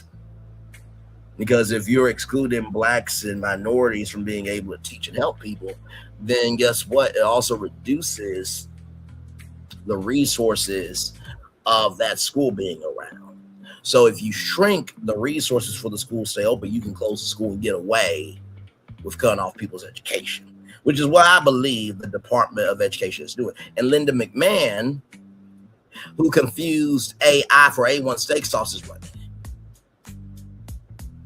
I mean, good job to the rest of America for falling for a dumb piece of shit in his administration. And shout out to all his supporters, because y'all getting the hell that y'all deserve, disrespectfully. And now some of y'all want to come out and say, oh, I'm leaving the movement. No, you can't leave. You can't, you won't, you never will leave. Stop it. You're only doing this now because you are seeing the ramifications of what you caused. No, stay in it. Stay with it. Stay with it. Take that. Take that. Take that. Lay there, roll over, and take it, in the words of Maurice Scott, who said that to his wife, Kimmy, when she was going through cancer. Idiots. According to the American Association of Colleges of Nursing, with most nursing schools responding to the survey, prompting to faculty shortages as a top reason for not accepting qualified applicants into their programs. Related to this, legislation was introduced both in the House and Senate earlier this year, the Nursing Faculty Shortage Reduction Act of 2026, to provide financial support to new and early faculty members, thereby bolstering a number of qualified nursing educators in the field. And Maryland is among a handful of states offering a tax incentive for healthcare workers in shortage areas. Now, if Barack Obama's free community college plan will went into effect, you do know that community colleges do teach nursing, right? But hey, they're the smart ones in Washington, though. And by the way, most of the Republicans are old and white. Y'all needed that community college plan to go through for y'all, because some of y'all closer to the casket to die. Now the cradle start like to becoming something important. The hell wrong with you? Already read all that. Bowie State's doctoral degree prepares experienced nurses for careers in academia, research, and leadership through advanced coursework, original research, dissertation study, individualized mentorship. The university said statement graduates will be prepared to educate future nurses, advance nursing scholarship, and help address increasingly complex healthcare challenges. Bowie State University has a stellar success rate in nursing education. The PhD announcement comes on the heels of other major milestones for Bowie State nursing program. The school's December 2025 Bachelor of Science in Nursing, BSN, the graduating class achieved a 100% first-time pass, come through, rate on the National Council Licensure Examination Registered Nurses, NCLEXRN, with all 14 graduates passing the exam on their first attempt. These NCLEXRN results placed Bowie State among Maryland's top-performing nursing programs. Last month, the university received more than $2.3 million in competitive state grants to expand nursing education capacity, enhance simulation training, support student success, strengthen faculty development and advanced nursing education research. The university said these investments will help bolster enrollment, improve student outcomes, and strengthen Maryland's nursing workforce pipeline overall. This is truly a transformative achievement, said Dr. Monique Alston, chair of Bowie State's Department of Nursing, noting the launch of this program was a vision that took years to come to fruition. This accomplishment not only elevates our department and university, but also positions us to shape nursing education across Maryland and beyond. Preparing for the next generation of nursing needs both responsibility and privilege. Applications are being accepted for the fall 2026 cohort. Congratulations, first of all. And Married to Medicine, I need y'all to take y'all asses up to Maryland, to Bowie State, and put that on Bravo. Hell. Y'all got power. Y'all got resources. Y'all need to do something about it. What? We can't demand our reality stars to utilize their platform for something important? Married to Medicine is one of the, if not the biggest show on television, where we get to see our people in the healthcare field. Why would they not go to Bowie State University? Come on now. Child, listen, some of y'all priorities are off. But moving on. Also from Black Enterprise Magazine, blackenterprise.com. Here we go. Republican lawmakers push to eliminate the Congressional Black Caucus. Democrats call it racist. Representative Nancy Mace called the CBC and other race-based caucuses federally sanctioned segregation. I know that Nancy Mace is not talking. When in the 1950s, blacks couldn't go to schools. Blacks couldn't even drink out of the same water fountain. Blacks had to go in the back doors of things. And you want to talk about is federally sanctioned segregation? I know your ass ain't talking. Okay. So what's the triple K then? What was all those boys saying Jews will not replace us? And everybody in between on January 6th. Was that not federally sanctioned segregation? For them to be able to get away with what blacks and minorities could never get away with? Let's not be stupid. But once again, Nancy Mace, out of her mother's vagina, was born stupid. Allegedly. Let's keep going, okay? All right. Has introduced a House resolution to eliminate congressional caucuses organized by race or ethnicity, placing the Congressional Black Caucus squarely in the middle of the latest political battle over diversity representation in Washington. And you know the crazy thing? South Carolina does have black people. Give me a moment.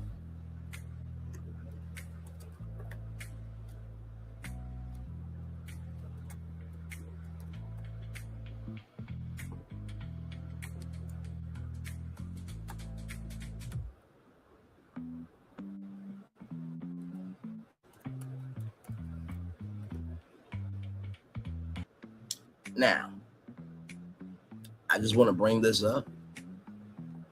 Anybody remember Dylan Roof, who deleted 9 members of Emmanuel AME Church? So you mean to tell me you want to get rid of the Congressional Black Caucus, but the state that you represent had a person delete 9 black people? So were you cool with Dylan Roof deleting those 9 black people, Representative Nancy Mace? I'm just asking a question. Yeah, I'm accusing her of being cool with a white person deleting black people. Yep, I'm accusing her of that. And Nancy Mace ain't gonna do shit to me. Just like how Ticket TV is saying these content creators are gonna get to, these content creators channels are gonna go down, this, that, and third. Knowing good to fuck damn well, he is speculating, talking rancid and delusional out of his ass. I'm gonna handle that shit at 8:30 tonight, believe me. But if we don't hold the line and make the line known and question the line, then the line is always going to be crossed. Okay? if we don't hold the line, question the line, and make the line of that this ain't right, then the line's always going to be crossed. If we don't hold the line, question the line, and make the line, then the line is always going to be crossed. Let's keep going. Let's keep going. Let's keep going. Let's keep going.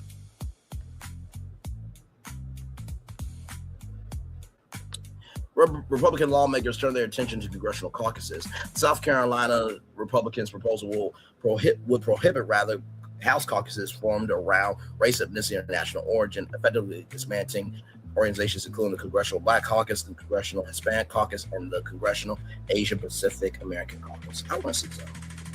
I just want to see some.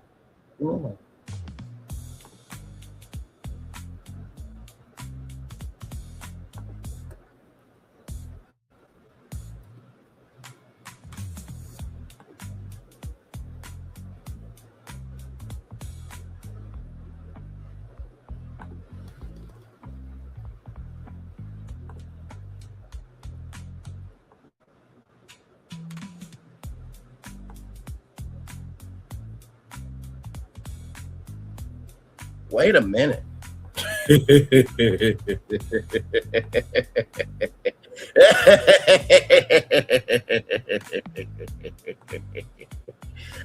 Oh my God, bro.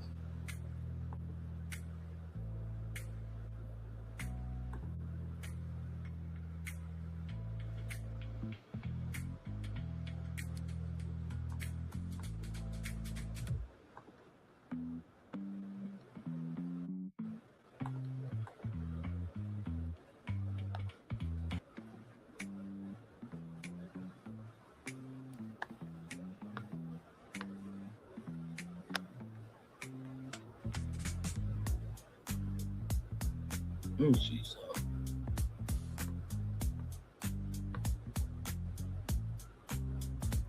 Because I'm trying to see something, y'all. Give me a moment.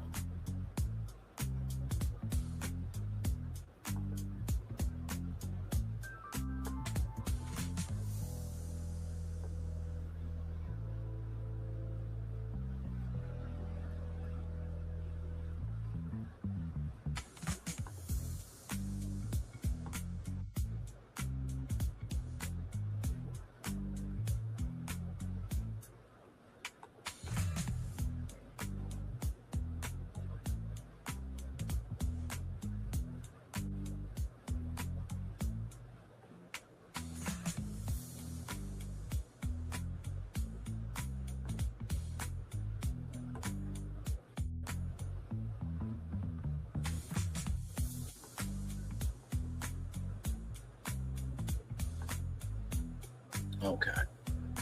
So it looks like I'm trying to make sure of this, y'all, because you know.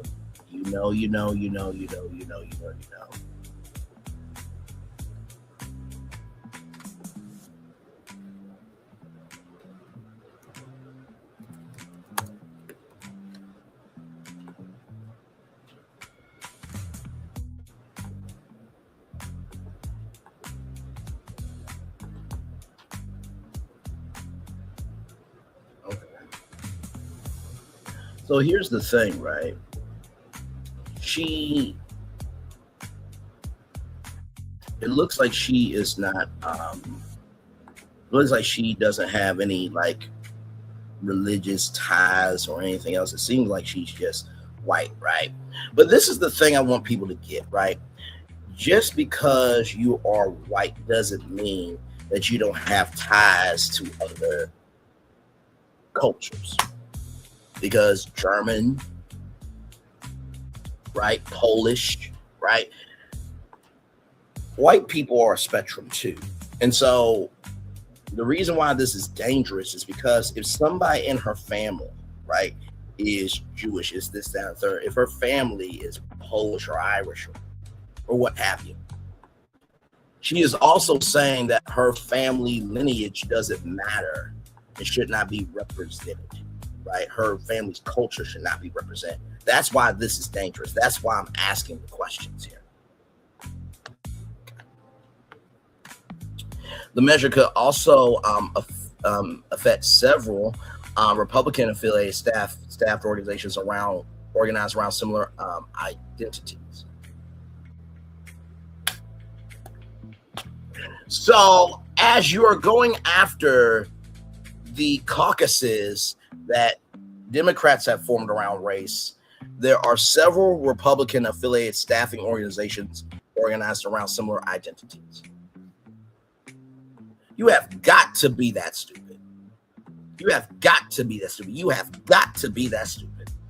In a statement to Fox News Digital, Mace argued that race-based caucuses are not diversity. They are federally sanctioned segregation. She added, "You do not get to lecture about America about inclusion while running an organization which checks your skin color at the door."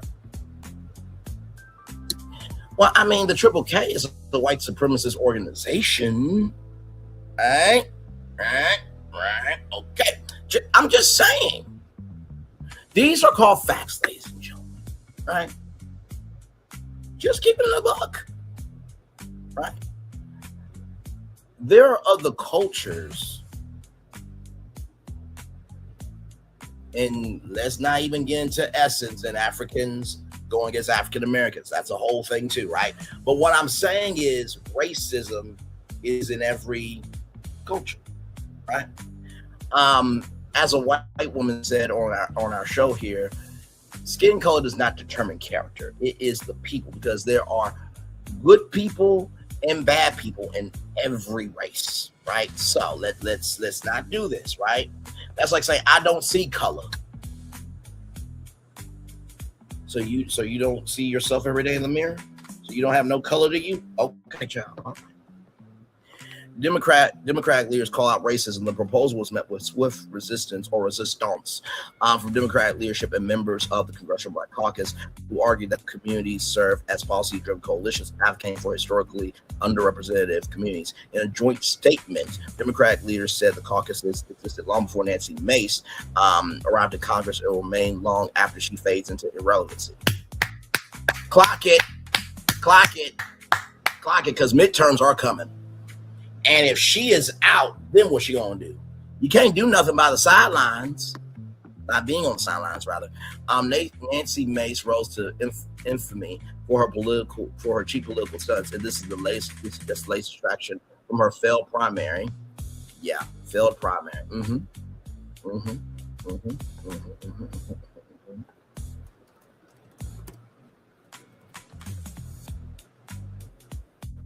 Right here.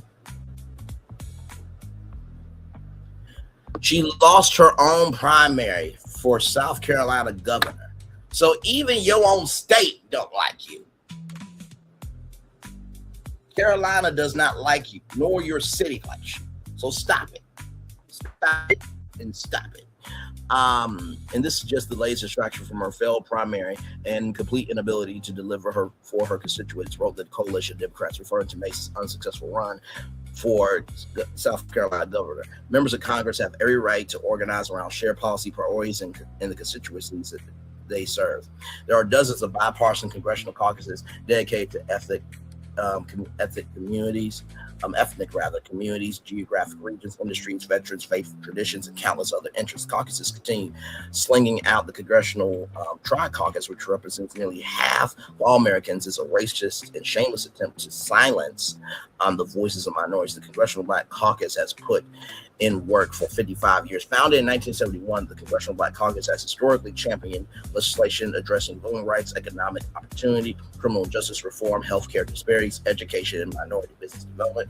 The CBC has been one of Congress's most influential voices on issues affecting Black entrepreneurs, from access to capital, minority-owned businesses, to investments in underserved communities. Critics say any effort to weaken or eliminate the caucuses raises broader questions about who advocates for policies designed to close racial wealth gaps and expand economic opportunity. And I fully agree with that, right? A white person really cannot advocate for Black people. I know what y'all always say, well, what about Rachel Dolezal? Child, that was a whole different case. Okay. And like I said, it's not that all white people can't advocate, but there's a difference between being of a culture and being in a culture. Being of a culture means you around it. Being in the culture is, hey, you know how The Rock does? That's the difference, okay? Black people are willing to listen to a black representative before a white representative. An Italian will listen to another Italian before anybody else. A Latino will listen to a Latino before anybody else. So that's facts, because the issues that impact black people are different than Latino people. The issues that affect Latino people is different than what affects Asians, right? So getting rid of that only hurts your constituents. Because here's the thing, when you're taking out diversity, equity, inclusion, equity, belonging, all that stuff, you are hurting the foundation that people have the right to life, liberty, and the pursuit of happiness. That's in the Constitution. But as Walter said, you know, it's not like they're respecting a piece of paper. Walter, Jeff Dunham's Walter, right? So if those people can't have peace to know that they're a citizen and that they can make decent money, they can live a decent life and get back to community, guess what? You cutting them off also cuts South Carolina's economy. Because it's not just white people that live in South Carolina. Hello. Black people are all over.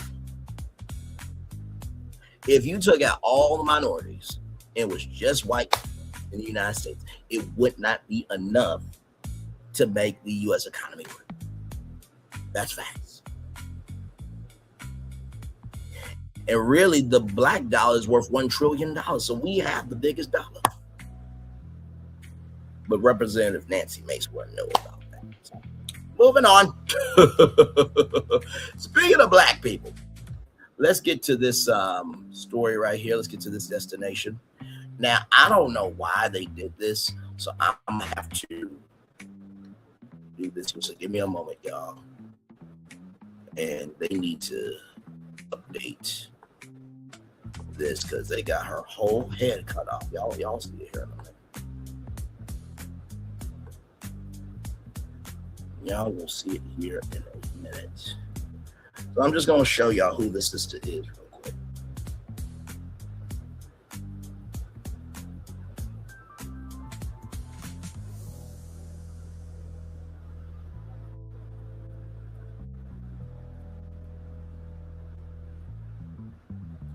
Okay, so here she is here. This is Angela L. Whaley, right? First of all, beautiful face card. I mean, hello. Like, hello. That's the face card right there. And then look at that family. Oh, I love black people. They're a good-looking family, man.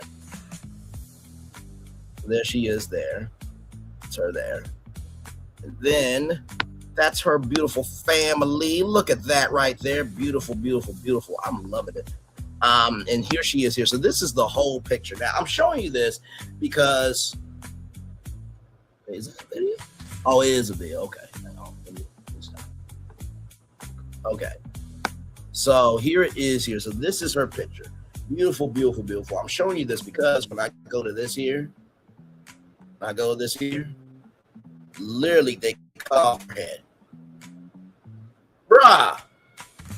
Bruh, y'all can't fit the frame. So Angela Whaley is building a luxury brand in an uncertain economy. Here's how the founder of lingerie line, Belle Etaire, opens up about what luxury consumers want.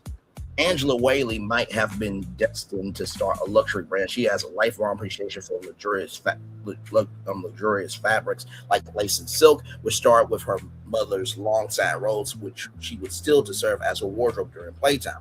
In 2020, she launched Belle Etaire, which translates to beautiful being, a lingerie and intimate apparel brand that offers bodysuits, robes, sleepwear, and more. Having survived its first 5 years, the company is now focused on expanding its product collection, collaborating with fashion creators and influencers, and becoming a recognizable name within the luxury intimate apparel industry. Belle Attire was created to remind women that confidence begins from within. Well, he said in a statement, luxury is reserved for special occasions. It should be a part of how women feel every single day.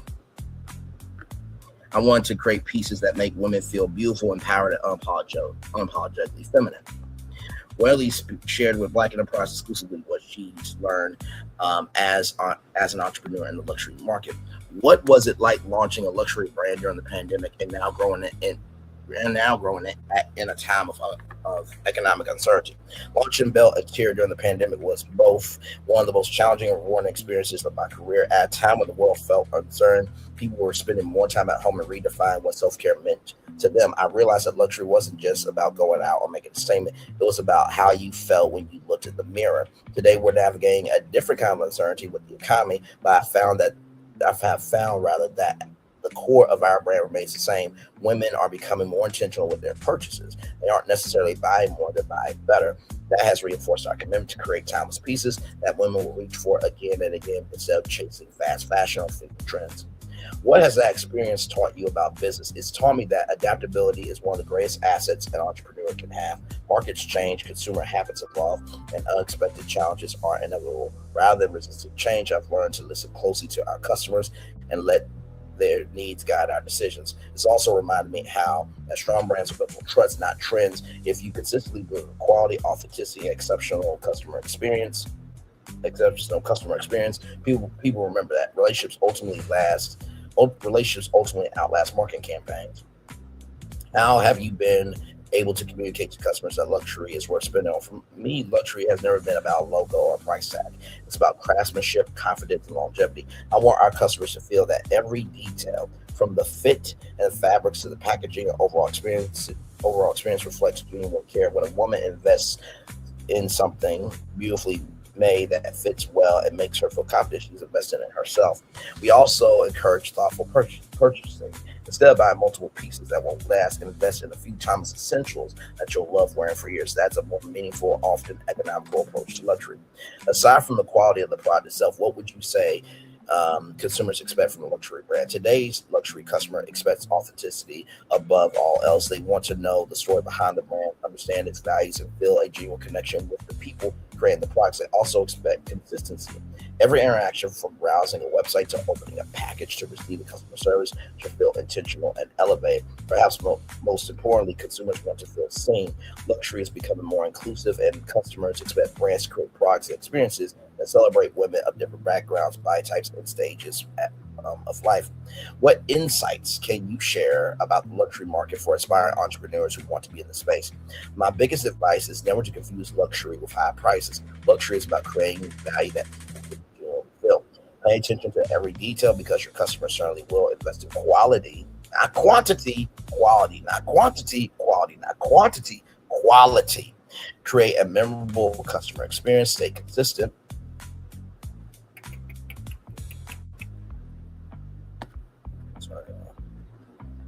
It does that sometimes on this side. It'll jump to it'll jump back up to the top.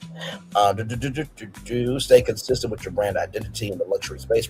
Reputation is one of your greatest assets. It's built over time through consistency.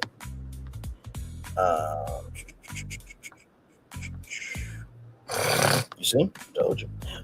Through consistency. Most importantly, build a brand with purpose. Consumers today are incredibly thoughtful. They want to support founders who have clear vision, authentic values, and a meaningful reason for creating what they do. If your mission is genuine and your products reflect that mission, you're creating something that resonates far beyond a single purchase. Well, sister, listen. You got my support. Listen.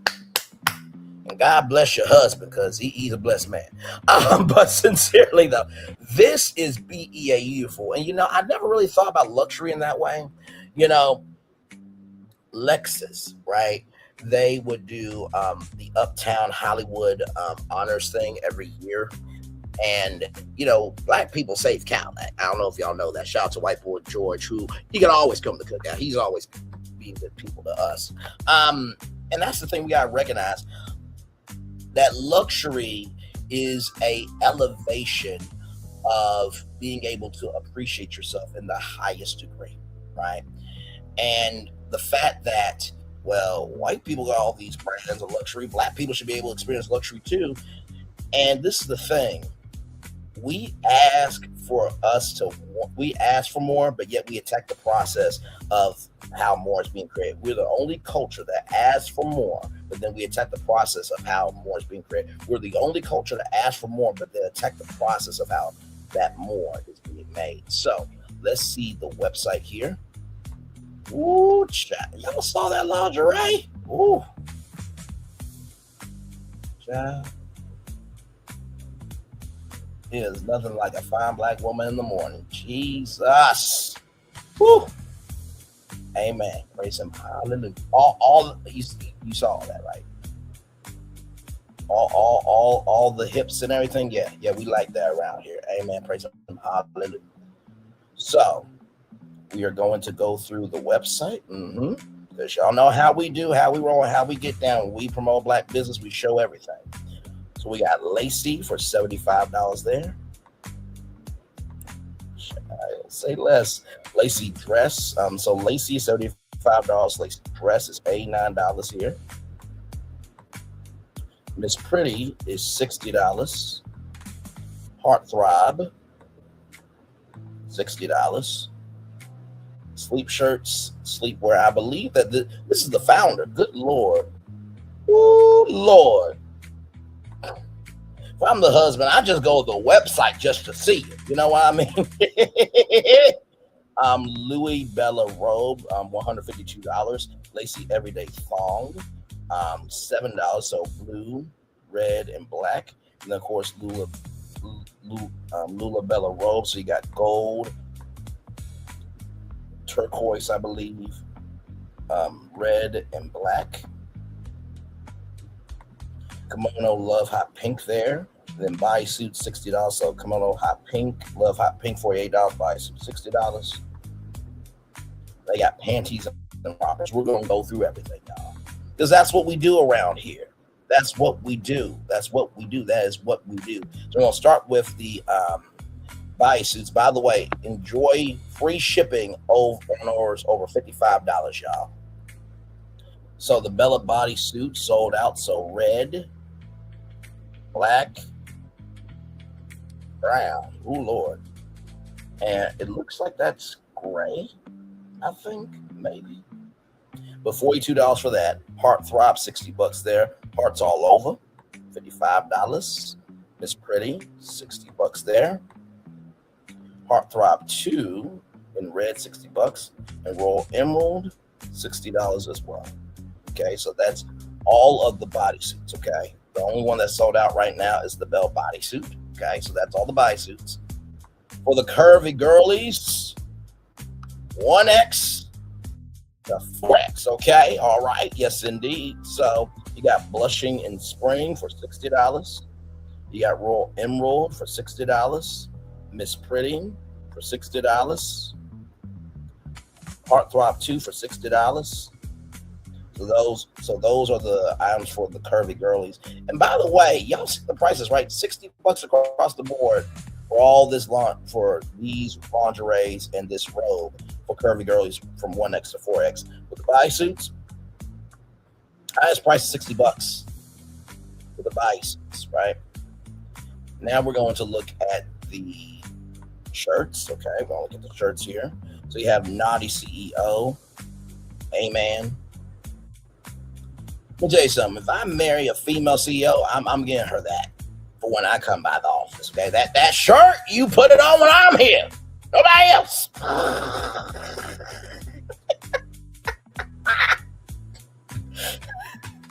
Listen, I don't believe it's nothing wrong with a husband working for the wife. Listen, if everybody's bringing in an income, and guess what? I remember Tabitha Brown being able to retire her husband. Let's be grateful that there are women who still want to do good things for men, just like there are still men who want to do good things for women. And not to mention, too, some men actually want to be supportive of their wives. Like, I don't get it. Like, we want people to support women, but yet when they support, it's called simple. What we doing here? A girly satin sleep shirt pink, $60 here. And then girly satin sleep shirt black for $60 there, okay?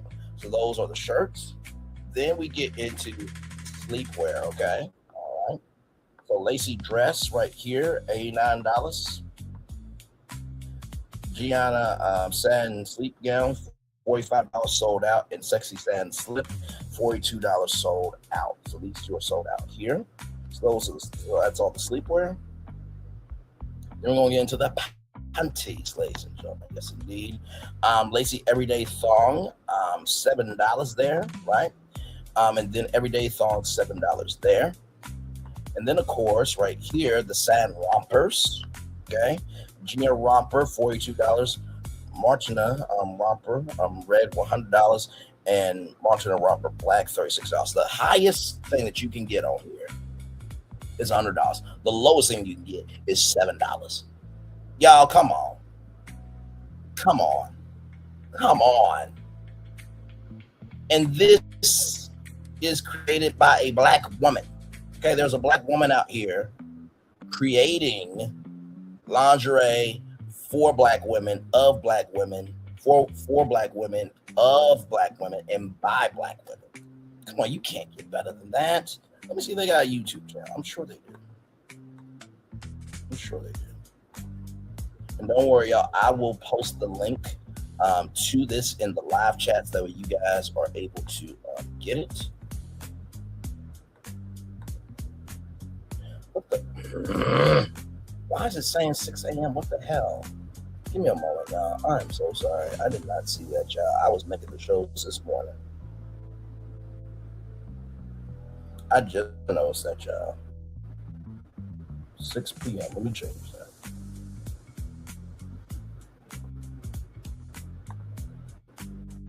Edit.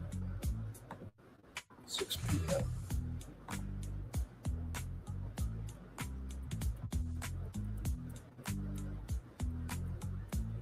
There we go. All right, y'all. My bad. So that show's been updated for 6 p.m. The Disney Pop Century Resort and Resort Breakdown Town Hall. Okay, I was about to say, like, what the hell?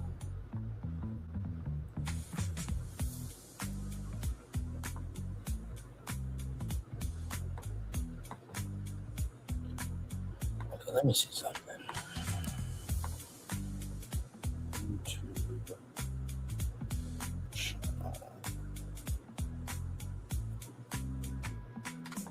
Okay, so there's a cosmetics brand, but I'm not seeing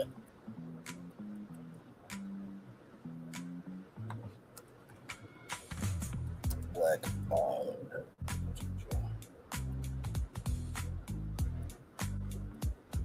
Okay, it does not have a YouTube channel. Let me just show y'all this here, okay? It does not have a YouTube channel, right? But it does have a Instagram, right? So let me show y'all that. Because anytime we can get their social media up, that's what we want to do. So here it is here. So this is the brand right here. So just to show y'all here. Okay. Like I said, does she come with the lingerie? Like, I'll buy the lingerie and support the brand, but does she come with it? I need to stop playing. But no, I truly love being able to showcase what we can be as a people. It's really, really a beautiful thing. So let me drop this link to bellateer.com, y'all. So shout out to Angelica Whaley for doing this. A great brand. I said nothing but light, love, and prayers to this great company. So there it is there. If you guys want to go there and buy some black-owned lingerie, okay, listen. I showcased Jay Nolan's, stuff for years with Melody Cherie. I pray Jay Nolan, Jay Boland rather, is still doing it. I actually saw a photo of him and Millie Chun. Millie Chun, that face card, darling. Woo, jeez. I don't say Millie Chun leave for no damn reason, but I think she's married, sadly. So. I know, brothers. I know. We will commiserate at the Thickalicious Church of God in Christ Gospel Baptist Church this Sunday. I'll see y'all for service at 11 a.m. All love to Millie Chun. Like, comment, share, subscribe to Millie Chun TV, everybody. All right, let's keep going, everybody. As you guys know, the Howard University scandal is still going on here. So shout out to W Top News here for this update here. Howard University interim president says more than 200 students re-enrolled of 502 who received email. Howard University interim president Wayne Frederick told WTOP on Wednesday more than 200 students have been re-enrolled of the 502 who received an email last week informing them that they had been unenrolled less than a month before the start of classes. Frederick joined WTOP's Mark Lewis to talk about the university's response to the controversy and why it happened in the first place. Listen to the full interview and read the transcript below. So we're going to read the transcript here. The transcript below has been lightly edited for clarity.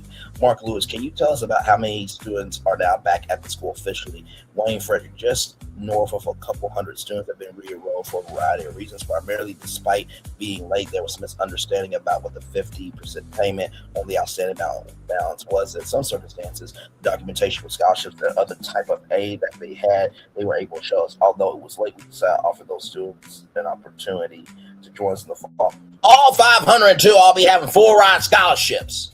Okay? All right, moving on. Wayne Frederick. Mark Lewis, now do you think there's a resolution here for the majority of the students who were affected? Wayne Frederick, there is a resolution for everybody. I don't like this statement. It's stupid, it's asinine, it's just gutter behavior. There's a resolution for everybody, and that resolution includes some of the students. As I said, more than 200 of them will be with us. Unfortunately for the other students, they won't be able to join this fall. But we're offering them a resolution that includes the ability to transfer to defer their enrollment, or they choose to enroll elsewhere. That we will help them any way they can to get them to wherever they want to be. Bruh, like, see, this is why I want to be wealthy. Hey, Wayne Frederick, all them going to Howard for free. I'm paying it. End of story. Take that retraction out, or I'm going to take your ass to court for doing these students wrong. Click.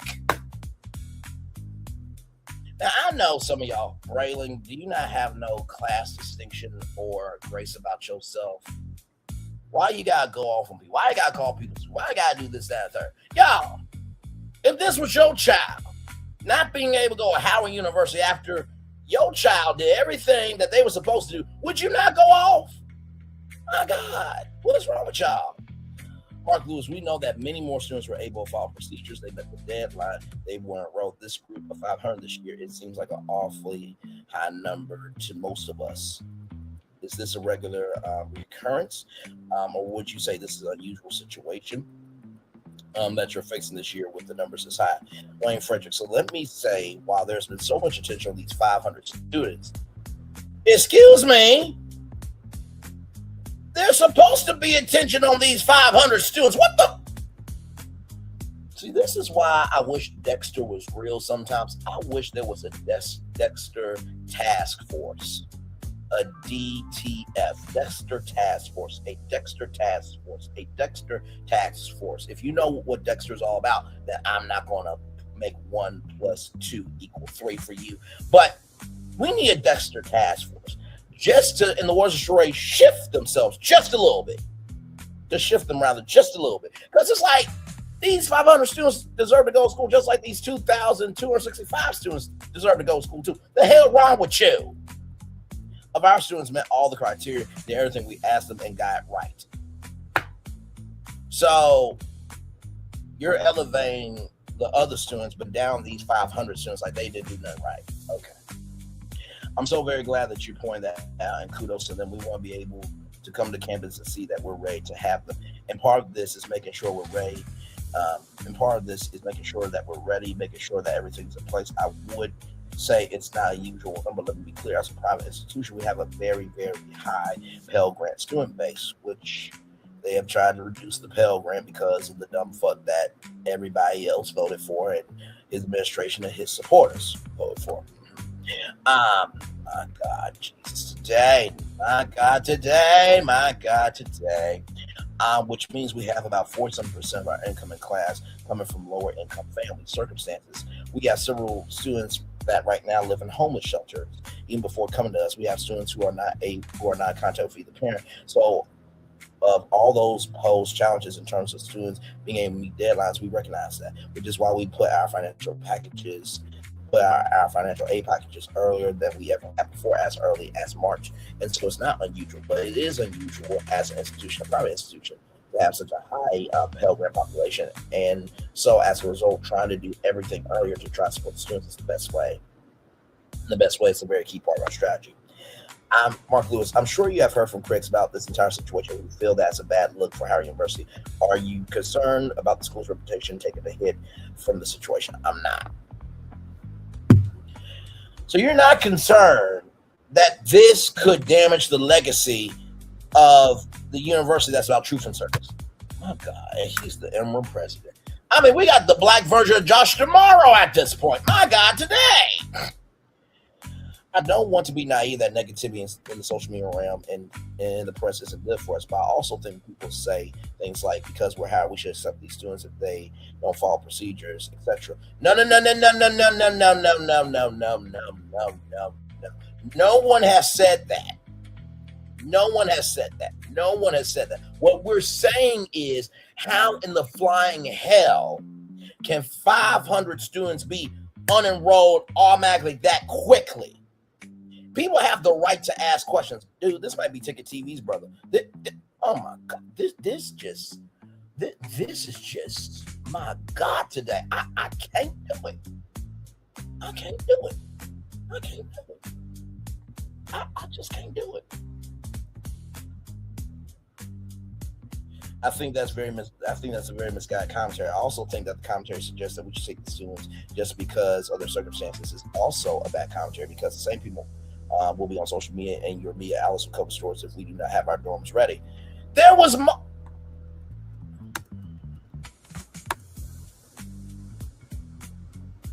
I'm sorry. Do we want to go back to this? Do we want to go back to this? Let's do this.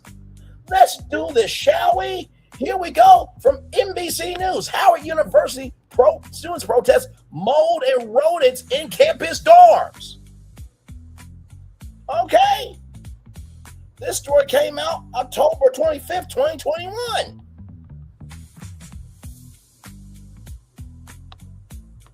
Right here, a student, right here, check this out. Many students have reported to the university and shared on social media mold in the dorms, Wi-Fi connection problems, dining halls infested with rats and roaches, and unresponsive administration. Let me repeat that 2 more times for Wayne Frederick, since his Mitch ass don't want to just own up to the fact that there's something not sweet in the Kool-Aid here. That there's something sweet in the Kool-Aid, rather. Many students have reported to the university, shared on social media, mold in the dorms, Wi-Fi connection problems, dining halls infested with rats and roaches, and an unresponsive administration. Many students have reported to the university and shared on social media mold in the dorms, Wi-Fi connection problems, dining halls infested with rats and roaches, and an unresponsive administration.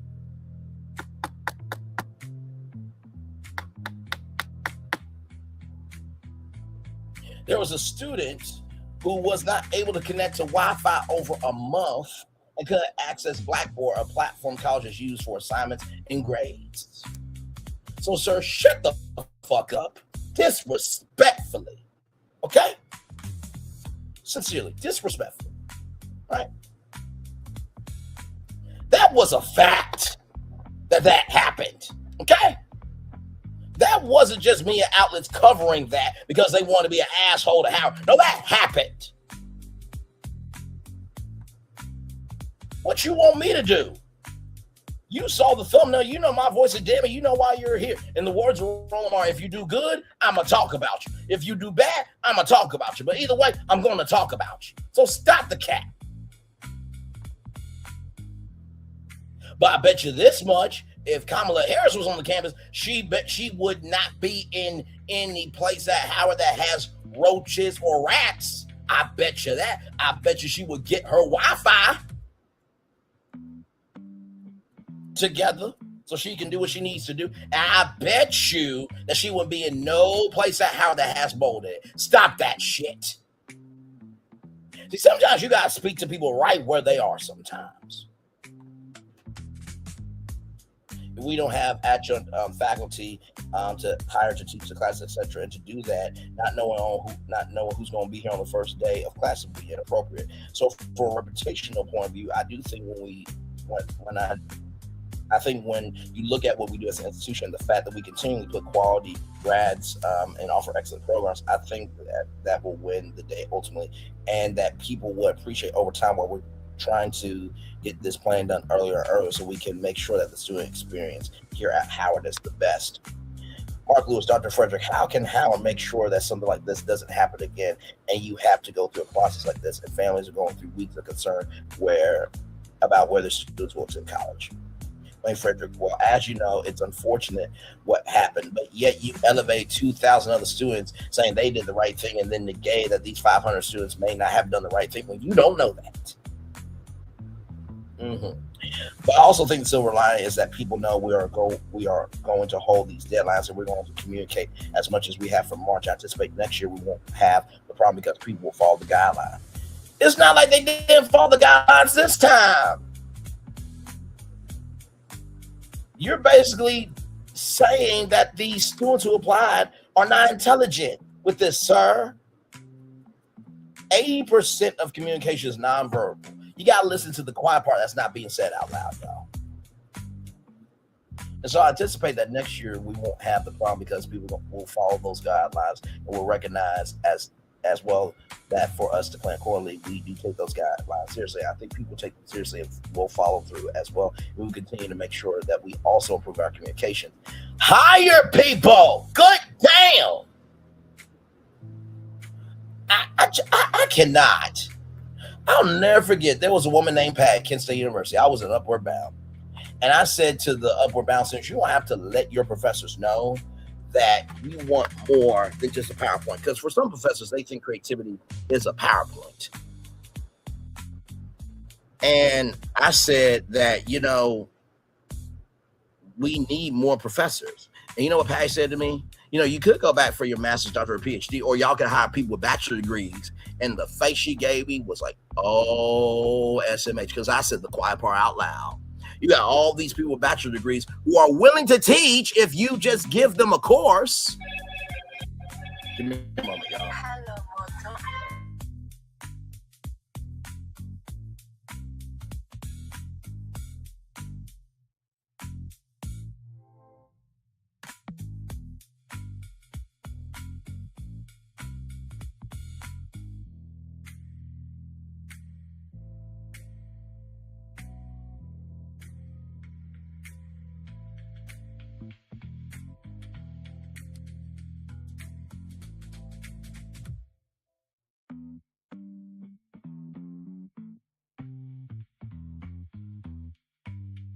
Sorry, y'all, I have an appointment later on today. That's why I need to do the show earlier.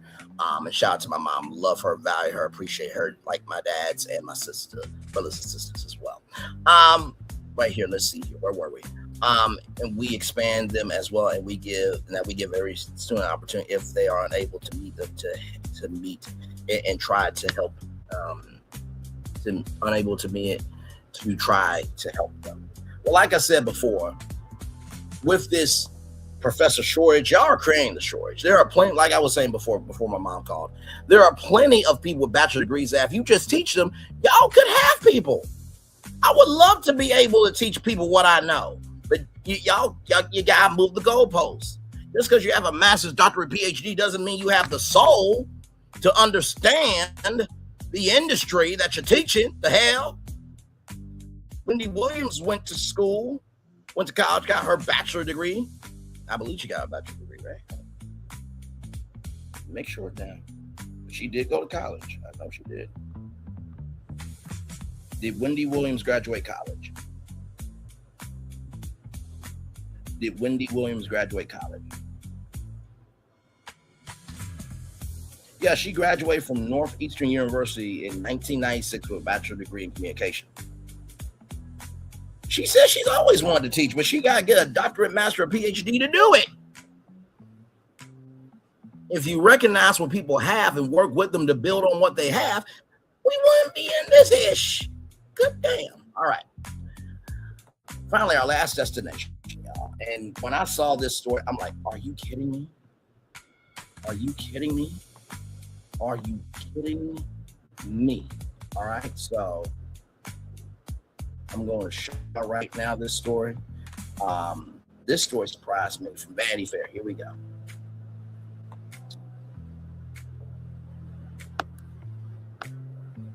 Here we go. Inside the 30-year fight to release Whitney Houston and Brandy's Cinderella soundtrack. So I had no idea that the Cinderella soundtrack was not out. Like I said, let me say that 2 more times. Inside, right here we go. Inside the 30-year fight to release Whitney Houston and Brandy's Cinderella soundtrack. Inside the 30-year fight to release Whitney Houston and Brandy's Cinderella soundtrack. Recording the album was a magical 48-hour whirlwind. Whitney Houston, a superstar in her vocal prime, and Brandy, the rising talent, just discovered the full scope and range of her gifts, joined forces with the best producers in the game. So where is it? Shout out to Chris Murphy for bringing this story to our attention here. And of course, there is the one and only Whitney Houston. There's our Black Cinderella, Brandy. And by the way, you can see Brandy as Black Cinderella in Descendants. He is continuing on the legacy. Oh, if Whitney was here, oh my God, it would have been amazing. Okay, here we go. A confident, poised Whitney Houston. I'm just going to read the opening because, of course, as you can see, you got to subscribe to continue, but no worry, I got the article. I'm going to start off here. A confident, poised Whitney Houston and a doe-eyed Brandy Norwood are standing around a grand piano in a wood panel recording studio. The year is 1997. The two singers are in the midst of learning the duet Impossible, Rodgers and Hammerstein's Cinderella, for their forthcoming televised remount of the musicale for ABC. That made-for-TV movie, groundbreaking in the diversity of its cast as well as its decision to make a 16-year-old Norwood the first Black Cinderella, and Houston, her fairy godmother, will go on to become one of Disney's biggest risks and biggest success stories. Cinderella pulled in 60 million viewers when it first aired on November 2nd, 1997. It sequentially sold the most home videos for any made-for-TV movie at that time. Let me say that 2 more times. 60 million viewers and sold the most home videos of any made-for-TV movie at that time. 60 million viewers and sold the most home videos of any made-for-TV movie at that time. As a result, Cinderella has become an indelible cultural artifact for a generation of fairy tale loving millennials. Now, let's finish the rest of the story out here because I have it for y'all. And like I said, I had no idea about this. Like I said, when I'm off on Thursdays, I'm off unless there is something in the culture that needs to be talked about. And also, too, on Thursdays, I catch up, right? So I look for different destinations and stuff like that. And when I saw this destination, I'm like, we have to talk about this on the show. We just have to.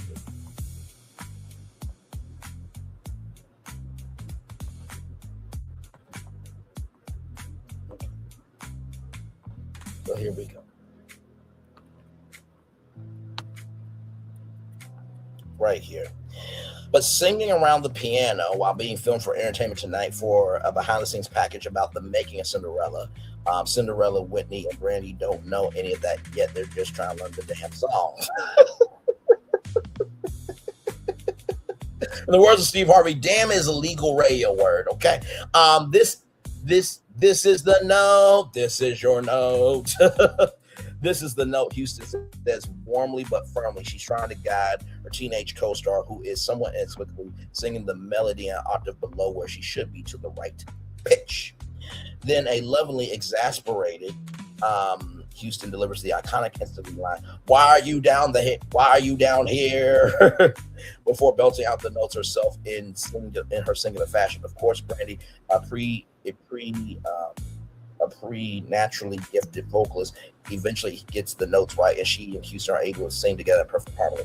Thanks to ET, Entertainment Tonight, we can still watch the pair sing a snippet of Impossible together, the recording booth, trading lines back and forth with each other, grinning from ear to ear as they lay the vocal down the vocal for the soundtrack. But that 4-minute package is all we have from that recording session.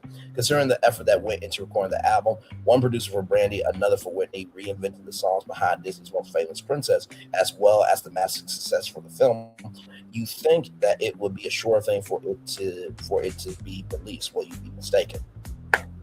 You know, the release would be great for D23, but of course that's not going to happen because that would just be too intelligent. Josh Tomorrow intelligence really don't compute well. And by the way, I'm being facetious. Josh Tomorrow has put in the groundwork to be CEO, but my God, like Disney is more for promotion than connection nowadays. Just keep it up. Well, you'll be mistaken. Despite enduring love for fans, you can't buy a 1997 Cinderella CD or vinyl for your niece's birthday. You can't stream the soundtrack on Spotify or Apple Music, thanks to warring record labels of the 90s and industry red tape. The Cinderella album has been lost to time. Oh my God, it's ridiculous that this album never happened. Cinderella producer Deborah Marin Chase tells me on the phone. Deborah Marin Chase is a legend. Okay, all right. Her resume is extensive. It would take up a whole hour just to tell you. Okay, the first Black female producer to land a deal at a major studio. Let me say that again. The first Black female producer to land a deal at a major studio. The first Black female producer to land a deal at a major studio. Chase was the engine behind Cinderella, producing the film alongside Neil Moran and the late Craig Zada. And for this purposes, let it be crass. She says bluntly, it's money you're leaving on the table. The fact that the Cinderella cast album was never released was the greatest heartbreak of Houston's career. Zada, who visited Houston in Atlanta the year before her death in 2012, said in an interview, it didn't make sense to her that there was no album. She just couldn't understand the fact that the album was never released is one of the biggest mistakes which needs to be rectified, says Murray. What's tricky about the Cinderella album is precisely how much time has passed since it's recorded. Many of the executives and employees at Hearst, Atlantic, and Disney Music Group weren't around for the label's complex contract negotiations of 1997. Some of them weren't even born. With the 30-year anniversary of Cinderella fast approaching, Houston's greatest heartbreak may have a chance to be mended. In exclusive conversations with Vanity Fair, creators behind the film and recording of the soundtrack said that maybe, just maybe, there's hope for the album's release after all, but it won't be easy. In the 3 decades that have passed, label disputes that buried the Cinderella album in the 90s have only grown more complex as the music industry evolved. Nevertheless, Cinderella producers in Whitney Houston's estate are determined to get the album out to the public. Pat Houston, Whitney Houston's sister-in-law, former manager, and now the executor of her estate, confirmed to Vanity Fair that the lack of a Cinderella album was a great heartbreak of Houston's career. Releasing the album would celebrate not just Whitney's voice, but her vision, Houston said in a statement to Vanity Fair. The absence of a soundtrack has devastated many of her fans. My God. Like Cinderella's night at the ball, recording the album was a magical whirlwind. For less than 48 hours, the Cinderella team gathered at Capitol Records, that famous, iconic building, okay? Listen, I would just love to... Here's a question. Does Capitol Record... Let me ask you. Because I'm sure, I know you just can't walk in the building just because you can walk in. Does Capitol Records do public tours of their building? Okay, so they do not offer regular public tours of the famous tower or recording studios. They should, because that would be that's music history. But anyway, the famous studio where greats like Judy Garland, Frank Sinatra recorded their albums. Arif Mardin, the late legendary Turkish-American music producer, who worked with greats like the Queen of Soul, Franklin, the Bee Gees, and Diane Warwick, served as music producer alongside relative newcomer Chris Martin. Martin had already overseen the soundtracks for major Disney hits like The Little Mermaid, 1989, Beauty and the Beast, 1991, Aladdin, 1992, or The Lion King, 1994. And we're going to produce a soundtrack for over 100 Disney movie and television projects. Chris Montana is a Disney legend, ladies and gentlemen. That's basically what that was basically what was said there. Martin, who died in 2006, and was more the senior of the two and worked closer with Houston. Martin was more focused on Brandy. She doesn't mean Chris, I'm a little nervous, Martin recalled. When he asked her why, Brandy's answer revealed just how far out of her comfort zone leaving a golden age musical was. Well, I never sung opera before, she said. Houston was completely different story. We might have done all her stuff in one night, says audio mixer Frank Wolf, who was in the studio with both Martin and Marvin. Like many divas, Houston had a habit of showing up late. When she was finished, when she was finished, she was finished. She said, "I'm putting my shoes on," recalls Martin. I looked at Arif and said, "Well, what does that mean?" He goes, "She's done." Laughs. When Houston put her shoes on, that means you got everything you're going to get. Going into the recordings, the Cinderella producers didn't know which label, if any, would release the album. We decided that we recorded anyway, Martin said, because we thought, who wouldn't want this album? This is something that'll last forever. A lot of ink, but for something to last forever, it has to exist. A lot of ink has been spilled on how risky it was for Disney to make a lot of ink has been spilled, rather, about how risky it was for Disney to make Cinderella with a diverse cast and 2 black leads, but less has been written about how risky Cinderella was for both Houston and Brand. They were recording artists in their own right, one at the height of her superstar, the other just embarking on the journey, juggling their careers with their eyes set on a passion project discovered by the legendary producer Clyde Davis. Houston was signed to Arista Records, which Davis found in 1974, now arm of Sony Music. Arista Records was one of the most commercially successful and defined pop labels of the late 20th century. Davis, arguably the most renowned executive producer of his generation, managing the careers of superstars like Houston, Barry Manilow, Pat Smith, Tony Braxton, Usher, or Aretha Franklin. Meanwhile, Brandy was signed to Atlantic Records, founded in 1947 by Art Elgin and Herb Emerson. Atlantic Records helped define popular music, specializing in launching black R&B and soul acts into the mainstream. Began with artists like Ray Charles, Otis Reg. They have since expanded their purview to include artists like Charlie XCX, Bruno Mars, and recently Miley Cyrus became an influential record label in its own right. At the time of Cinderella, Brandy was fresh off her critically acclaimed debut album and worked with Craig Kaufman as her artist and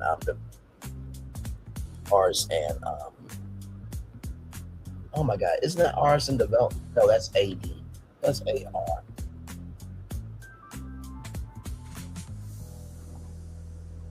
A&R in the music industry.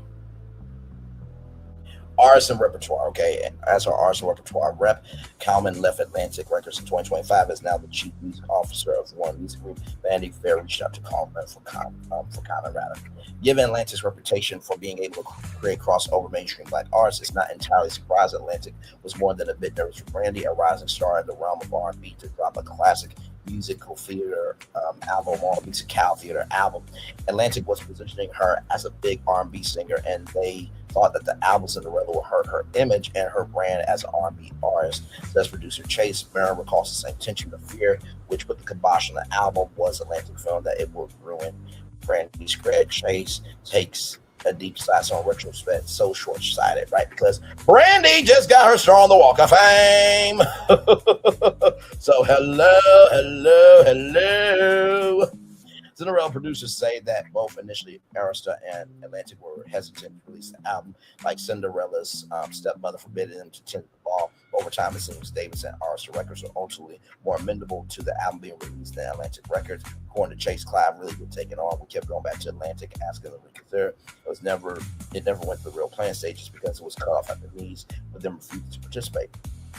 Vanity Fair reached out to a representative for Clive Davis. Clive Davis's estate has not received an answer at the time of publication.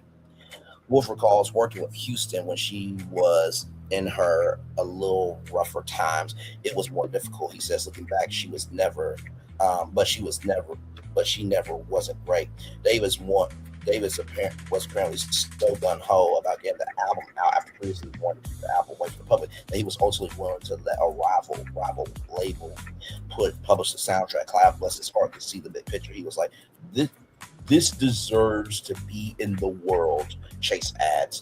He at one point said, it can go on Atlantic. I don't care. This needs to be in existence. But even Davis, at the time, the music industry could make the impossible happen. Atlantic was steadfast and they just refused to chase. It was kind of down to the wire. They were just like, no. Vanity Fair reached out to Atlantic Records and Hearst Records for comment at the time of publication, but there's no official comment from the labels. Through her representative, Brandy Norwood declined to comment for this story. Did Brandy refuse to comment because there was an NDA sign, like, or maybe it's just too much? Like, the story's out now. Like, listen, at least Vanity Fair went to Brandy. They didn't just publish this without trying to get all sources, which is what you're supposed to do as a journalist, right? Or even if you are a commentator, still have integrity with a journalistic soul. Right. In the 30 years since Cinderella premiered, it seems other efforts were made to get the album out to the public. When the VHS tape went on sale, it was gigantic from the first day, on which also reunited the conversation for the album, says Murren, but selling over 2 million VHS videos by 1999 and becoming the highest selling video release of any made for television film at the time. Yes, becoming the highest selling video release of any made for television film at the time. Becoming the highest selling video release of any made for television film at the time. Still didn't push the needle in regards to the album release. Still didn't happen. So back then, we weren't respected. And now, same story, different players, says Murray. Of course, when Houston tragically died at the age of 48 at the Beverly Hills Hotel, the Beverly Hilton Hotel in 2012, the pain of not having the album was more visceral than ever. Everyone bumped their heads together, and then it was just put to bed for a while. Says Myron, when Whitney passed away, we kept on thinking, why don't we have this album? So it took Whitney Houston passing away for y'all to recognize that this album should be out for the people. How about the album should just come out because it's good? Good damn. Let's see here. The most recent attempt to get the Cinderella album out in the world happened in 2012, around the 25th anniversary of Cinderella. Sources told Vanity Fair that a potential release of the album was apparently close to getting over the finish line in August, and there was even talk of releasing 1 or 2 tracks individually. But another high-profile Houston project, Whitney Houston biopic, I Want to Dance with Somebody, starring Naomi Aki, was set to come out on December 23rd, 2022. Complicating matters. They didn't want to bump that Whitney Houston biopic that came out. Let me see here. I want to see.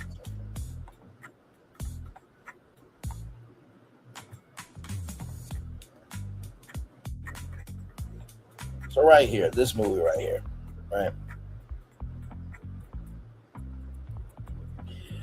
Now, if they were smart, right?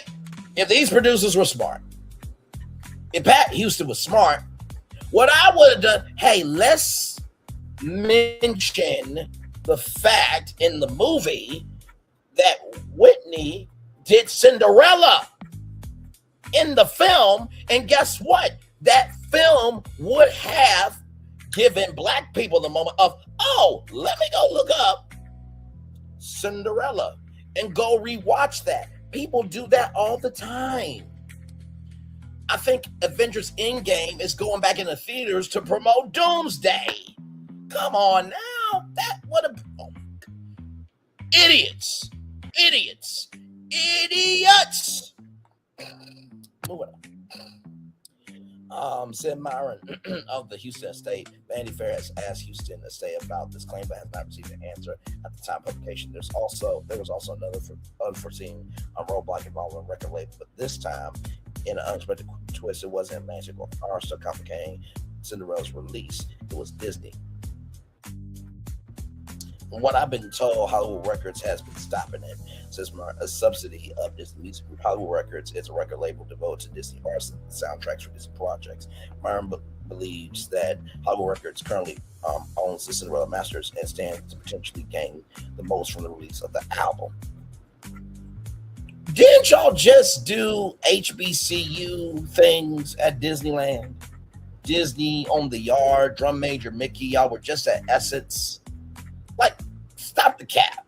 Do you not know if you release that album at midnight? Look, this is what I would do if I'm Disney. Now, Disney is not going to be this intelligent because they don't have intelligence. But if I was a CEO, all right, Hollywood Records, you're going to do it or I'm going to fire all you fucks. That's the first thing. Second thing, we're going to do a dual release party, okay? Cinderella Castle, right? At Walt Disney World and at Disney California Adventure, World of Color at midnight. World of Color will do a show with the Cinderella soundtrack in the World of Color show, and then a fireworks show at Walt Disney World with the Cinderella soundtrack. So the music is being released to the world at midnight with 2 simultaneous shows involving the Cinderella soundtrack. That's how you would do it. I would live stream it on social media and broadcast it live on ABC and stream it on Disney Plus and Hulu. That's what a smart company would do, you dumb fucks. Brandy is the Black Cinderella in Descendants.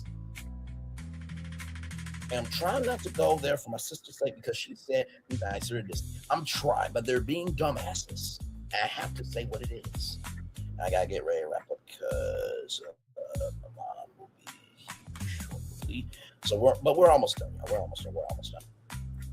A source close to Disney told Vanity Fair that Disney Music Group has never owned the rights or masters to the Cinderella album. In the 90s, Disney's Hollywood Records were considering releasing the album. At that point, Hollywood Records was going to do it, but Atlantic wouldn't budge. Since my ambassador years were on, the music industry transformed, so too did Hollywood Records' relationship with a gem of an album they seemed to be sitting on. In November 2022, the Walt Disney Company went through a major shakeup. Bob Iger returned as CEO of the Walt Disney Company, replacing his handpicked successor, Bob Chapek. Iger proceeded to restructure the company, dismantling the Disney Media Entertainment Distribution Division, which was a dumbass decision, just like moving America's #1 morning show from Times Square into the basement of a glorified building named after itself called the Robert E. Iger Building, because that Media Entertainment Distribution Division could have been making content for Disney Plus and Hulu and A&E Global Media and third parties, but that's neither here nor there. But that's the smart genius of Bob Iger, ladies and gentlemen. Said no one ever. So maybe at the time, dusting off a 25-year-old album, multiple labels involved was at the forefront of anyone at Disney's minds. If I was Disney, I'd say, let's aim at getting a record ready to go. Next year's 30 year anniversary. Let's air it again. Do a theatrical release, okay? And release an album. Oh, there's one last reason Wolf thinks the album deserves to be heard. It's fucking Whitney, Houston, and Brandy. Thank you to Mr. Wolf. It's fucking Whitney, Houston, and Brandy. It's fucking Whitney, Houston, and Brandy. What's tricky about the Cinderella album is precisely how much time has passed since it was recorded.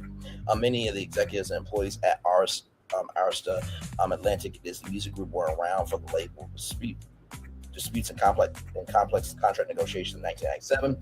Some of them were even more. Multiple sources at the various record labels expressed their wish for the Cinderella to be released either then or now, but admitted that they were completely unaware of the drum that had prevented its release in the first place and were unsure exactly what would be necessary to get the album across the finish line today. What we do know is that by the 2020s, there were at least 3 different labels involved in needing to sign off for the Cinderella to ever be released. I don't believe Atlantic Records can move forward without approval from both Hearst and Atlantic Records. So this is why sometimes it's important to have black CEOs, because black CEOs, we about doing the right thing. Okay, yes. Okay, we're gonna make a contract here, and if y'all renege on this, y'all will be paying $50 million.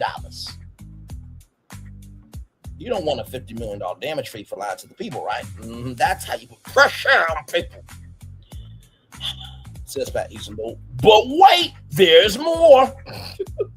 A fourth label also has a vested interest in getting this album to the public. Concord, the largest independent music publishing company in the world, purchased the Rodgers and Hammerstein organization in 2017 and now owns the rights to Rodgers and Hammerstein's entire catalog. Igmon Lloyd Webber, yes, that's the daughter of EGOT, Emmy, Grammy, Oscar, Tony winner, and Broadway icon Sir Andrew Lloyd Webber, and also the rival of Maxwell Sheffield in the sitcom The Nanny. that was on CBS, is the executive vice president at Concord Theatrical and oversees the Roger Hammerstein brand for Concord. Myron says that Weber has made it a mission of hers to try and solve the mystery. That's why this did come together. Shout out to the daughter of Sir Angelo Weber, and Mongun Lord Weber. Shout out to you, the sista.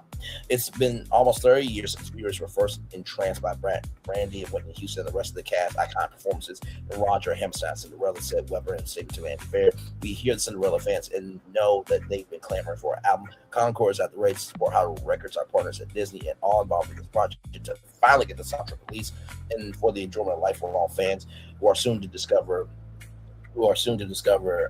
its magic. For its part, Myron told me that he believes that the album is in a vault somewhere, and what's more, he has a copy of it. Of course, I have it. He said, Amon had no idea that there was a complete album, so I sent the album over to them so they know it exists. For those wondering why so much fuss we made over an album, when the movie is available, but stream the Cinderella album isn't exactly the same as the movie version. For example, Houston's memorable high note at the end of Impossible, a source told Vanity Fair Houston wasn't thrilled with some of her vocals and intended to re-record a few moments, perhaps. The last note in the Impossible was one to grab that note from TV soundtrack to add to the film, to admire, and then with confession. Now, 30 years later, all the label drama scenes besides one for multiple reasons. Oh my God.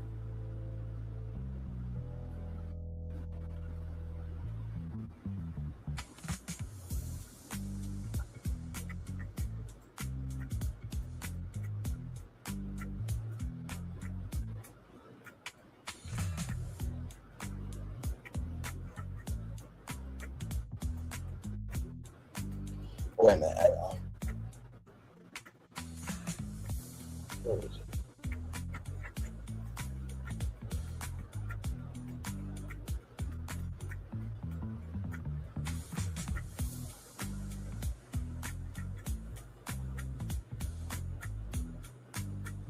Okay, I got it now. Okay. Hang on, y'all. I didn't get the rest of the story.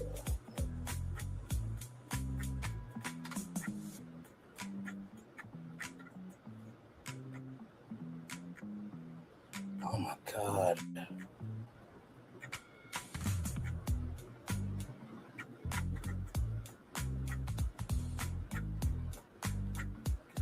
Give me a moment.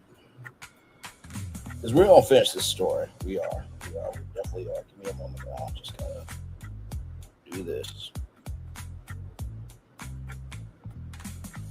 Okay, so we were at the now 30 years later, right? Okay, awesome. Okay. Give me one moment, everybody. Give me one moment. Give me one moment. Give me one moment. Okay. Because now we're almost there. Right. And like I said, shout out to this good brother right here, Chris Murphy. Shout out to you, Chris Murphy. Thank you so much, brother. Thank you so much. Great work, great work, great work. Okay, here we go. Now, 30 years later, all the label drama seems besides the point for multiple reasons. From a business standpoint, this is a valuable asset that will make money, Chase says. It's just a gorgeous soundtrack of a movie that now has the legacy status that the fans want. What's more, there's also a new generation prime to experience that already have a way in. Brandy has stepped back into her glass slippers, starring as Cinderella on the Disney Channel movie Descendants Wicked Wonderland, which follows the children of beloved Disney characters once more. Brandy's prince, Paolo Montalban, stars opposite her in the film, now all grown up as King Charming, keeping the legacy of the 1997 Cinderella movie alive. Although there's a younger built-in audience primed for more Cinderella content, Myron thinks that some work will have to be done to update the masters and to locate where exactly Disney might be keeping them, if they have them at all. Probably have to track down what kind of vault it's in, says Monta. It's probably in some Disney Vault, Kansas City Underground, where they will have a lot of that stuff. For what it's worth, Disney has a secure underground film vault located in the Hudson Salt Mine in Kansas. A source close to Disney told Vanity Fair, for the record is not being kept in a Disney vault. If anything, the idea of unreleased Whitney Houston vocals, even if they were ultimately unfinished at the height of her powers, should be enough to get anyone with ears interested in getting the album out. Wolf recalls working with Houston when she was a bit tougher at times. It was more difficult. Looking back, but she never was great.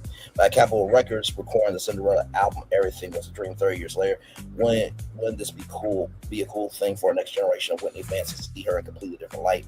Says Martin, it's all positive. I can't find any negative on it. Martin has another wish along with the album coming out. I wish we could do a reunion concert 30 years later. He says, name checking other Cinderella cast members like Whoopi Goldberg, Victor Garber, and Bernadette Peters. I know Brandy can still sing it, he adds, and even has an idea who could potentially step into Houston's shoes for a reunion concert. Jennifer Hudson, Cynthia Erivo. Let's do Cynthia Erivo, okay? I mean, Defying Gravity beats out any Jennifer Hudson record. Okay, let's not do this. Let's not do this. Okay, listen. And I think that Wicked actually made more money than Dreamgirls. Give me a moment.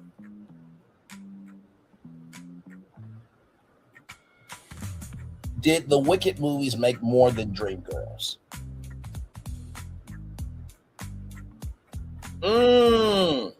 Even the first Wicked film alone vastly outperformed the entire global run of Dreamgirls. Dreamgirls grossed about $155.4 million worldwide during its theatrical run. For 2024 for Wicked, it grossed roughly $758 million globally for just the first film, and then another 525.8 million or more in 2025 for Good. Together, the Wicked films pulled in over $1.2 billion combined, easily surpassing Dreamgirls. Listen. I don't want to hear it. No. I'm gonna show you. Okay, for those of you who don't believe me, I'm gonna just show you. Here it is, right here. Oh my God! Wow. Okay, all right. She shouldn't have a talk show. End of discussion. Jennifer Hudson should not have a talk show, rather. Okay, let's continue. Wordsworth Houston's estate is more than open to the idea. I believe the 30th anniversary Cinderella concert will be amazing, says Scott Houston. It seems like, especially with Whitney being gone, it would be kind of a slam dunk, says Wolf. If I were Disney, I said, let's aim to get a record ready to go next year's 30th anniversary. Let's air it again and do a theatrical release as well. Hello. And release an album. Oh, there's one last reason Wolf thinks the album deserves to be heard. It's fucking Whitney Houston and Brandy. And hopefully one day they will talk about impossible dreams, says Marlon wistfully. It has been a question on all of our parts to right or wrong. Is it impossible that the public will ever hear the Cinderella album? It's hard to say. As a wise one once saying, impossible things are happening every day. Yes, indeed. So there's Brandy, there is Whitney, there is Deborah Martin Chase, and there's Craig Zada right there. Shout out to that. What a great show. 3 hours, 2 minutes, 44 seconds here. Let me see if I can get y'all a positive news story, and then we're going to be out of here. I'm going to have to wrap up the show early because, I usually do all the commercials, but I got an appointment. So. But what a great, great show, man. And like I said, I wanted to end the show on that. Okay, I wanted to end the show on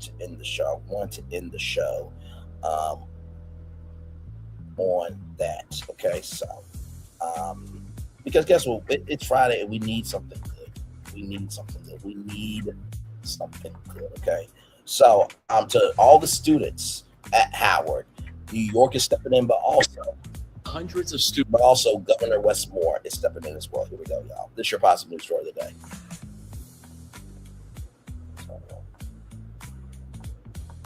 You were one of the hundreds of students disenrolled from Howard University just weeks before move-in.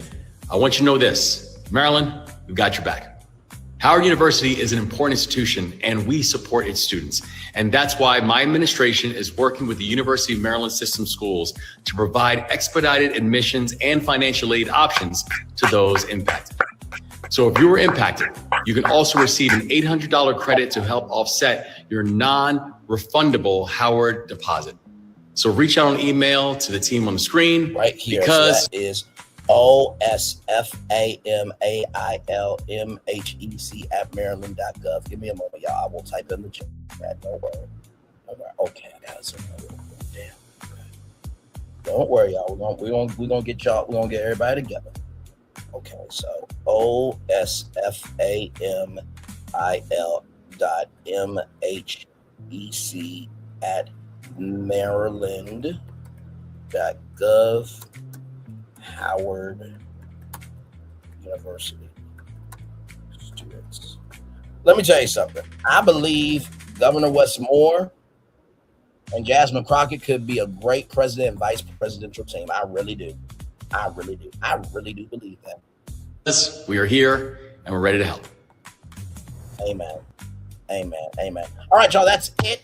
I'll see you guys back here a little bit later on tonight at 6 o'clock for our Disney conversation. Okay. We will do that here tonight. As you can see right here, Pop Century Resort and Disney's Pop Century Resorts Breakdown Town Hall tonight at 6 p.m. And then at 8:30, I got Ticket TV's ass because he's doing way too damn much. Because people have questions. They're trying to gain understanding. You want to call them stupid and not have a brain and call them, liars and call them broke and stuff. When you got 10 motherfucking ass channels on YouTube. Mitch, shut your ass up. I'll deal with his ass tonight at 8:30. One love, much love, all love. I feel the love. I send it right back to you. Bye, everybody.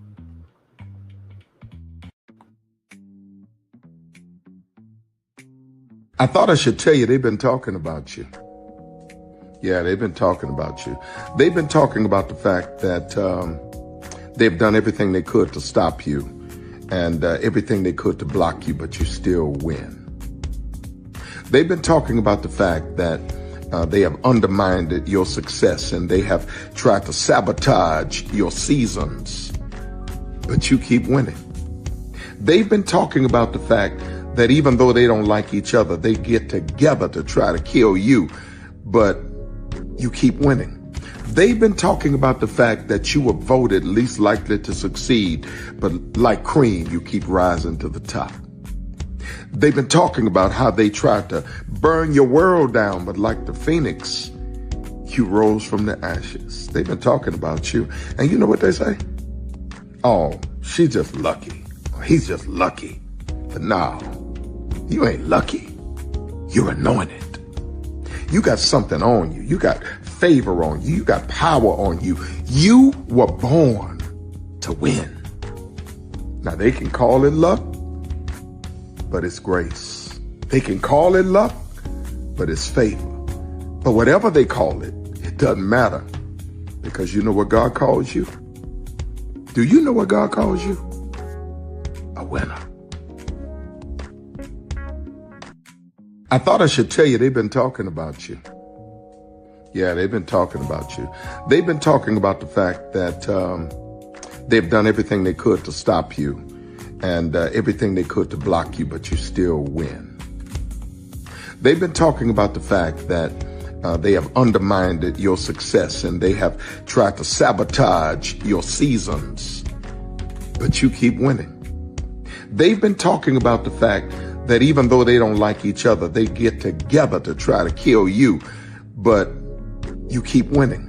They've been talking about the fact that you were voted least likely to succeed, but like cream, you keep rising to the top. They've been talking about how they tried to burn your world down, but like the phoenix, you rose from the ashes. They've been talking about you. And you know what they say? Oh, she's just lucky. He's just lucky. But no, you ain't lucky. You're anointed. You got something on you. You got favor on you. You got power on you. You were born to win. Now they can call it luck, but it's grace. They can call it luck, but it's favor. But whatever they call it, it doesn't matter, because you know what God calls you? Do you know what God calls you? A winner. I thought I should tell you they've been talking about you. Yeah, they've been talking about you. They've been talking about the fact that they've done everything they could to stop you and everything they could to block you, but you still win. They've been talking about the fact that they have undermined your success and they have tried to sabotage your seasons, but you keep winning. They've been talking about the fact that even though they don't like each other, they get together to try to kill you, but you keep winning.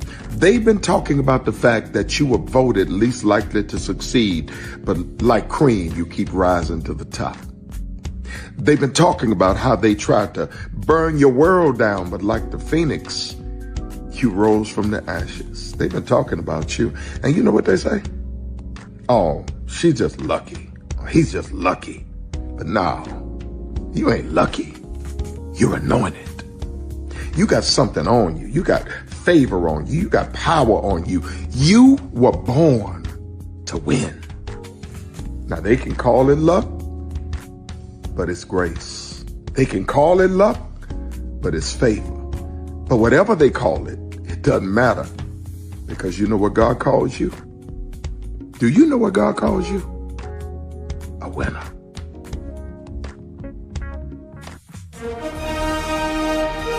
Prepare for a journey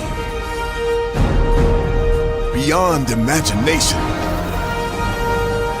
beyond belief, beyond anything you've experienced before.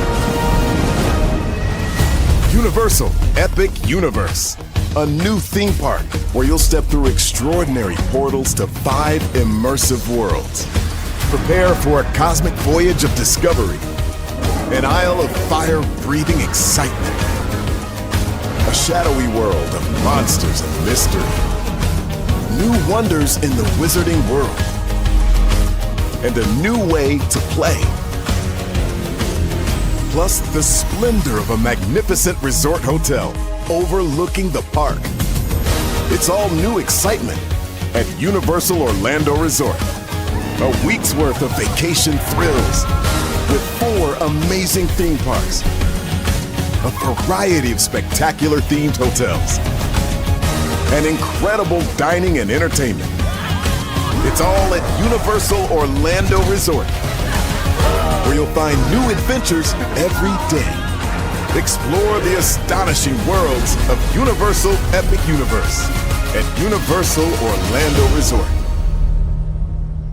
Because here's the thing, a good streamer can find other content.